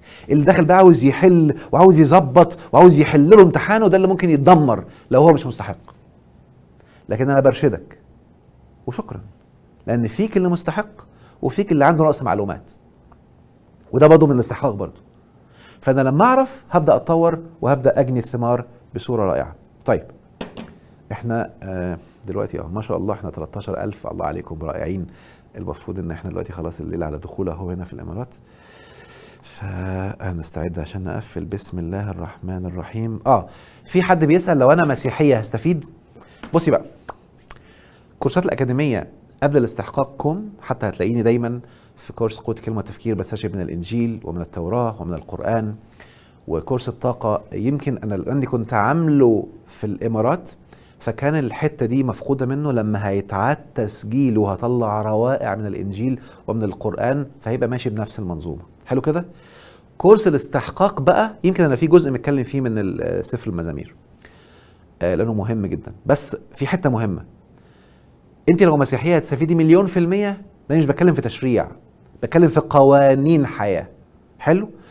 هتستفيدي استفادة رائعة، ما تقلقيش منه خالص. هيعلي اتصالك بالإله بصورة رائعة جدا إن شاء الله، وهيعمل نقلة نوعية في حياتك. وأنا حتى وأنا بتكلم مراعي، حتى في فايل في العملي جيت في جزء التشريع قمت متكلم لو مسلمين اعمل كذا كذا كذا، ولو مسيحي أو يهودي اعمل كذا كذا كذا. فأنا عامل حسابي وعامل الخطة بتاعت الكورس كلها لإفادة كل اللي ماشيين، حتى اللي ربنا يحفظه ويحميه وينور بصيرته اللي ألحد.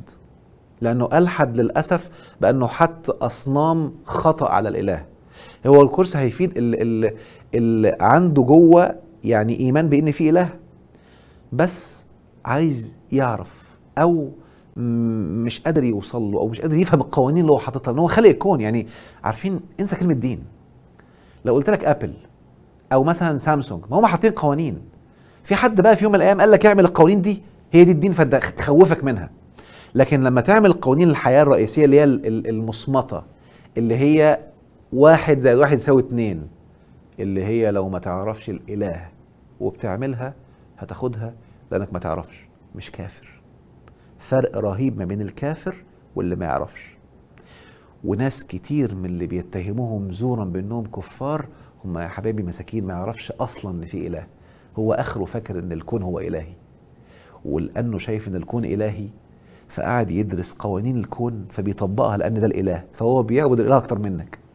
بس هو عند ربنا هو جاهل، حسابه على الله، هياخد في الدنيا كل الاستحقاق. الآخرة بتاعت ربنا، وأنا متأكد إن هو بجهالة ربنا هيدخله الجنة، أنا ما كانش يعرف. وقد يحاسب على إنه ما سألش. ده غير اللي كفر يعني عرف وكتم، ده مصيبته سودة. حلو كده؟ وبالتالي خلي بالك برضو، عرف وكتم معناها عرف الإله الحق عشان ما حدش يخوفك. في ناس اتشوه عندهم منظوم الإله فبقى كاره الصورة دي. ربنا يحفظك ويحميك إن شاء الله. هتدرك قوانين مذهلة تخلي حياتك جنة وهتستفيد، فلا تقلق بإذن الله. وكل واحد بتشريعه. أنا بتكلم على القواعد الرئيسية اللي في الحياة بتحكم الكون، وأنا منوه على ده في الفايل الأول من الدورة لإفادة كل الناس. ولكن التركيز اللي كنت بعمله قبل كده بقى في الاستشهادات من الكتب السماوية مش موجود في الدورة دي زي الدورات اللي فاتت. طيب ناخد أي سؤال تاني. بسم الله الرحمن الرحيم. طيب الدورة دي المستوى الخامس. الدورة المستوى الخامس، ركزوا معايا كده، هي المستوى الخامس في دورات الأكاديمية. الأول قوة الكلمة والتفكير، الثاني تطبيقات الجذب، الثالث اختراق المجال الطاقي، الرابع الطاقة الحيوية والشفاء الذاتي. كلها أساليب وأدوات لنقل الحياة لتنظيف العالم بتاعك، سواء العالم الغيبي كالطاقة كمراكز الطاقة زي في الطاقة، عالم الأفكار والقناعات، عالم الاستحقاق اللي انت بتاخده والجذب والتجلي. فكلها ادوات مهمه جدا جدا، اوعى تفكر انها بتتلغي، ده هي مهمه جدا جدا جدا ما ينفعش تستغنى عنها. ولكن ده بقى بيتكلم في الاستحقاق اللي معرقل استفادتك منهم، ده ومش هتستفيد منه الا لما تكون قلت قبل كده خدت على الاقل قوه الكلمه والتفكير.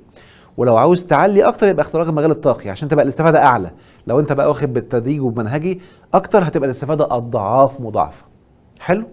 فاللي مثلا خد قوة الكلمة والتفكير ولسه مش عارف يستفيد منه عشان يكسب اللي هي الحقوق، فيعرف تاخده، فتعرف تظبط اللي معرقل لك الدنيا، فيبدأ المال عندك يزيد، فترجع تاخد قوة الكلمة والتفكير وتستفيد منه أكتر بحيث تحقق وتاخد اللي بعديه بقى.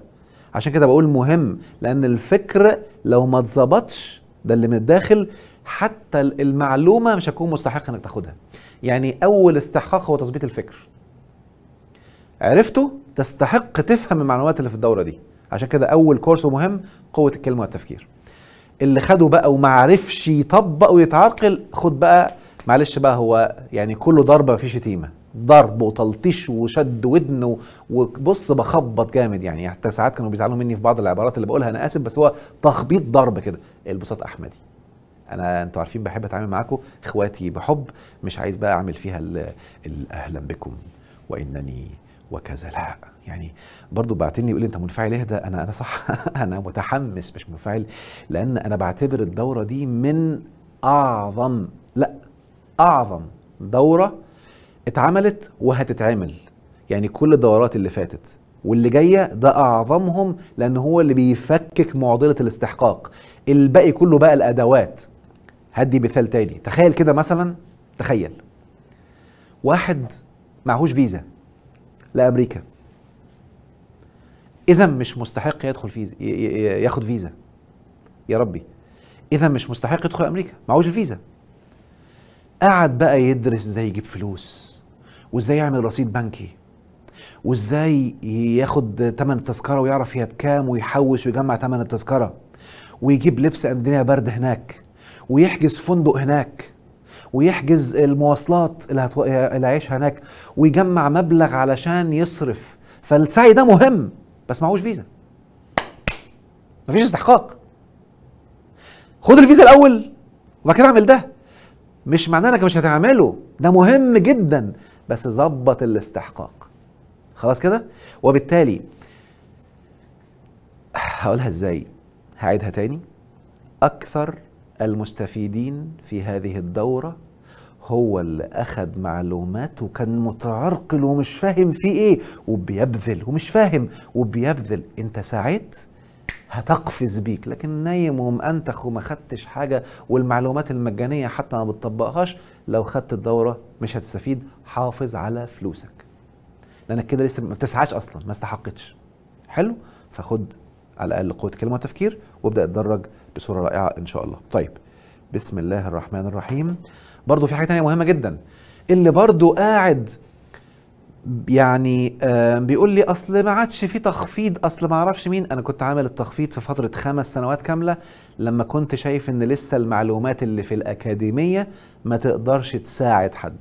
لكن والله الذي لا اله الا هو، ممكن تلاقيني الوحيد في المجال بتاعنا في العالم العربي والعالم الغربي، وانا بقولها وربنا يشهد على كلامي، اللي مقدم معلومات مجانية كاملة في اليوتيوب على قناته، مش موجودة في اي دورة مدفوعة.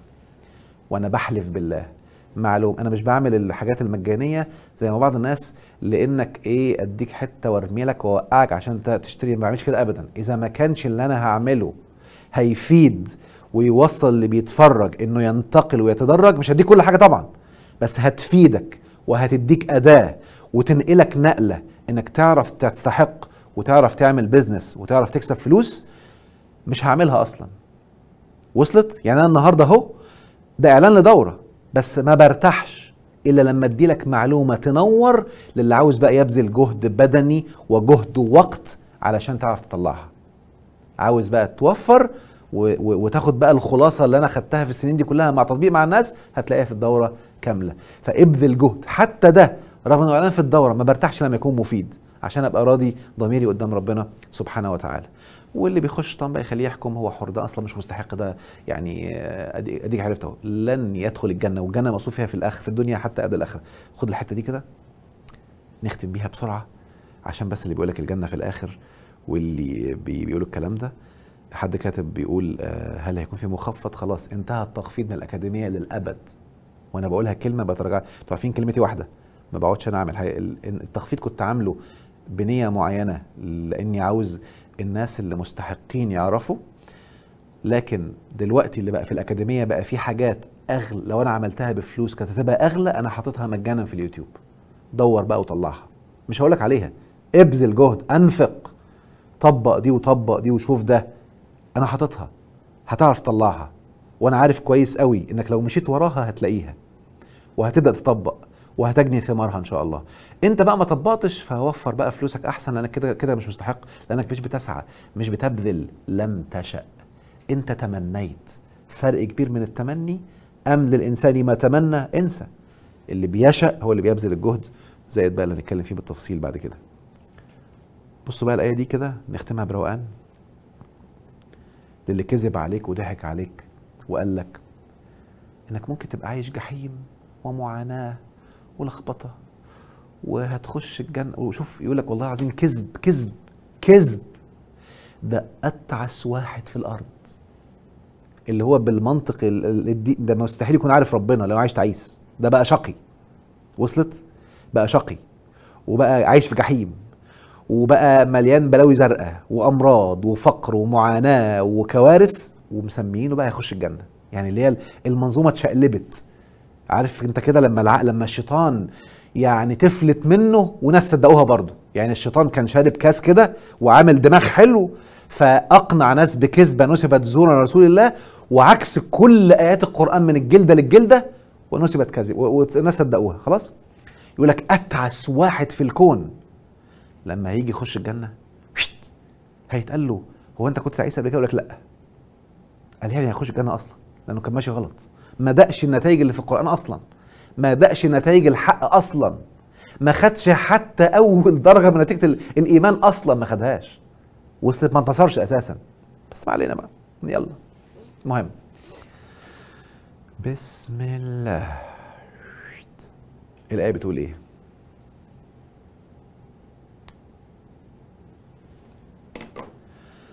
وبشر الذين آمنوا وعملوا الصالحات أن لهم جنات تجري من تحتها الأنهار كلما رزقوا منها من ثمرة رزقا قالوا هذا الذي رزقنا من قبل. دول يخشوا الجنة، ها؟ هذا الذي رزقنا من قبل وأتوا به متشابها ولهم فيها أزواج مطهرة وهم فيها خالدون. وصلت؟ فهو دقها قبل كده وعاش الجنة هنا، وهيلاقي شبهها بس أعلى أضعاف. هي شبه بس أعلى بكتير من اللي كان عايشه، لأنه هياخد الشبه لأنه كان عايش في الجنة وعمال يتدرج لغاية ما ياخدها هناك إن شاء الله. هقول لكم بقى الآية اللي قلتها دلوقتي اللي ناس فهموها غلط.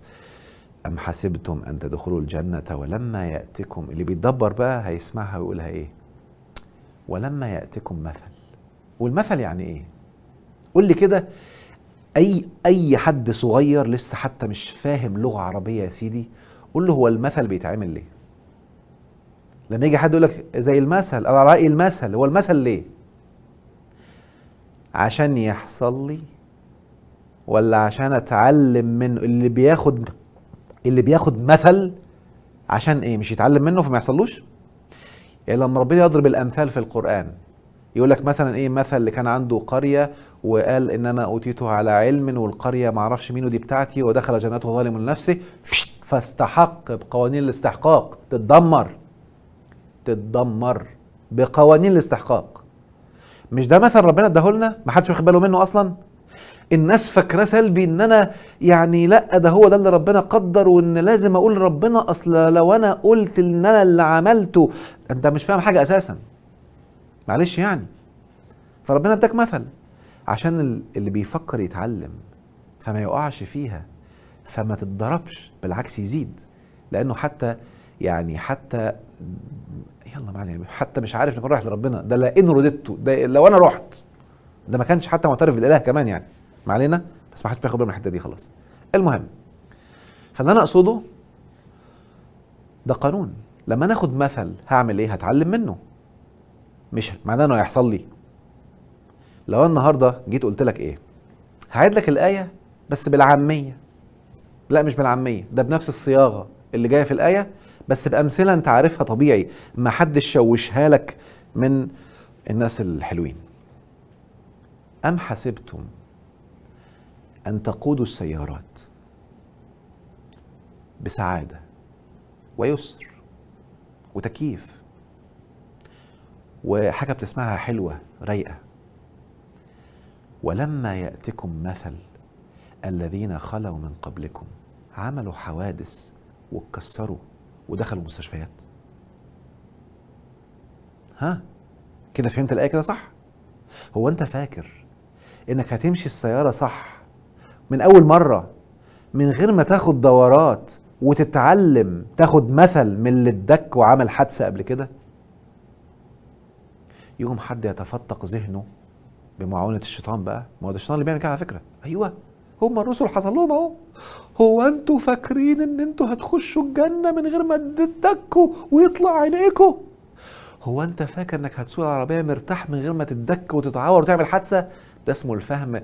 اهو ده بقى اللي القران بقى عليه عمى. اللي فاهم سيكولوجي بقى اوه ده كده اتعمى، ده انا خاف اخد منه اي دين اصلا. يعني لو حد قال لك الايه دي واستشهد بيها ان انت مش هتخش الجنه الا ما تعيش الجحيم، يعني ابوس صوابع رجليك صباع صباع الله يقرفني.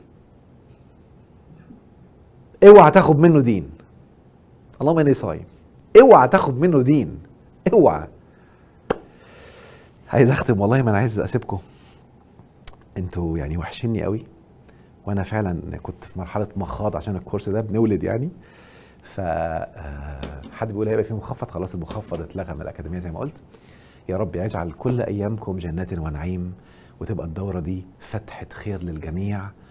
والله ثم والله نيتي هتبقى تحول جذري للأمة جميعا، وليك انت يا شيخ الدين اللي بتسمعني، يا قسيس الدين اللي بتسمعني، يا حاخام الدين اللي بتسمعني. ممكن تبقى ليك انت في الأول، اعرفها عشان تحمي الناس وتعدل منظومتك اللي قد تكون جات غلط.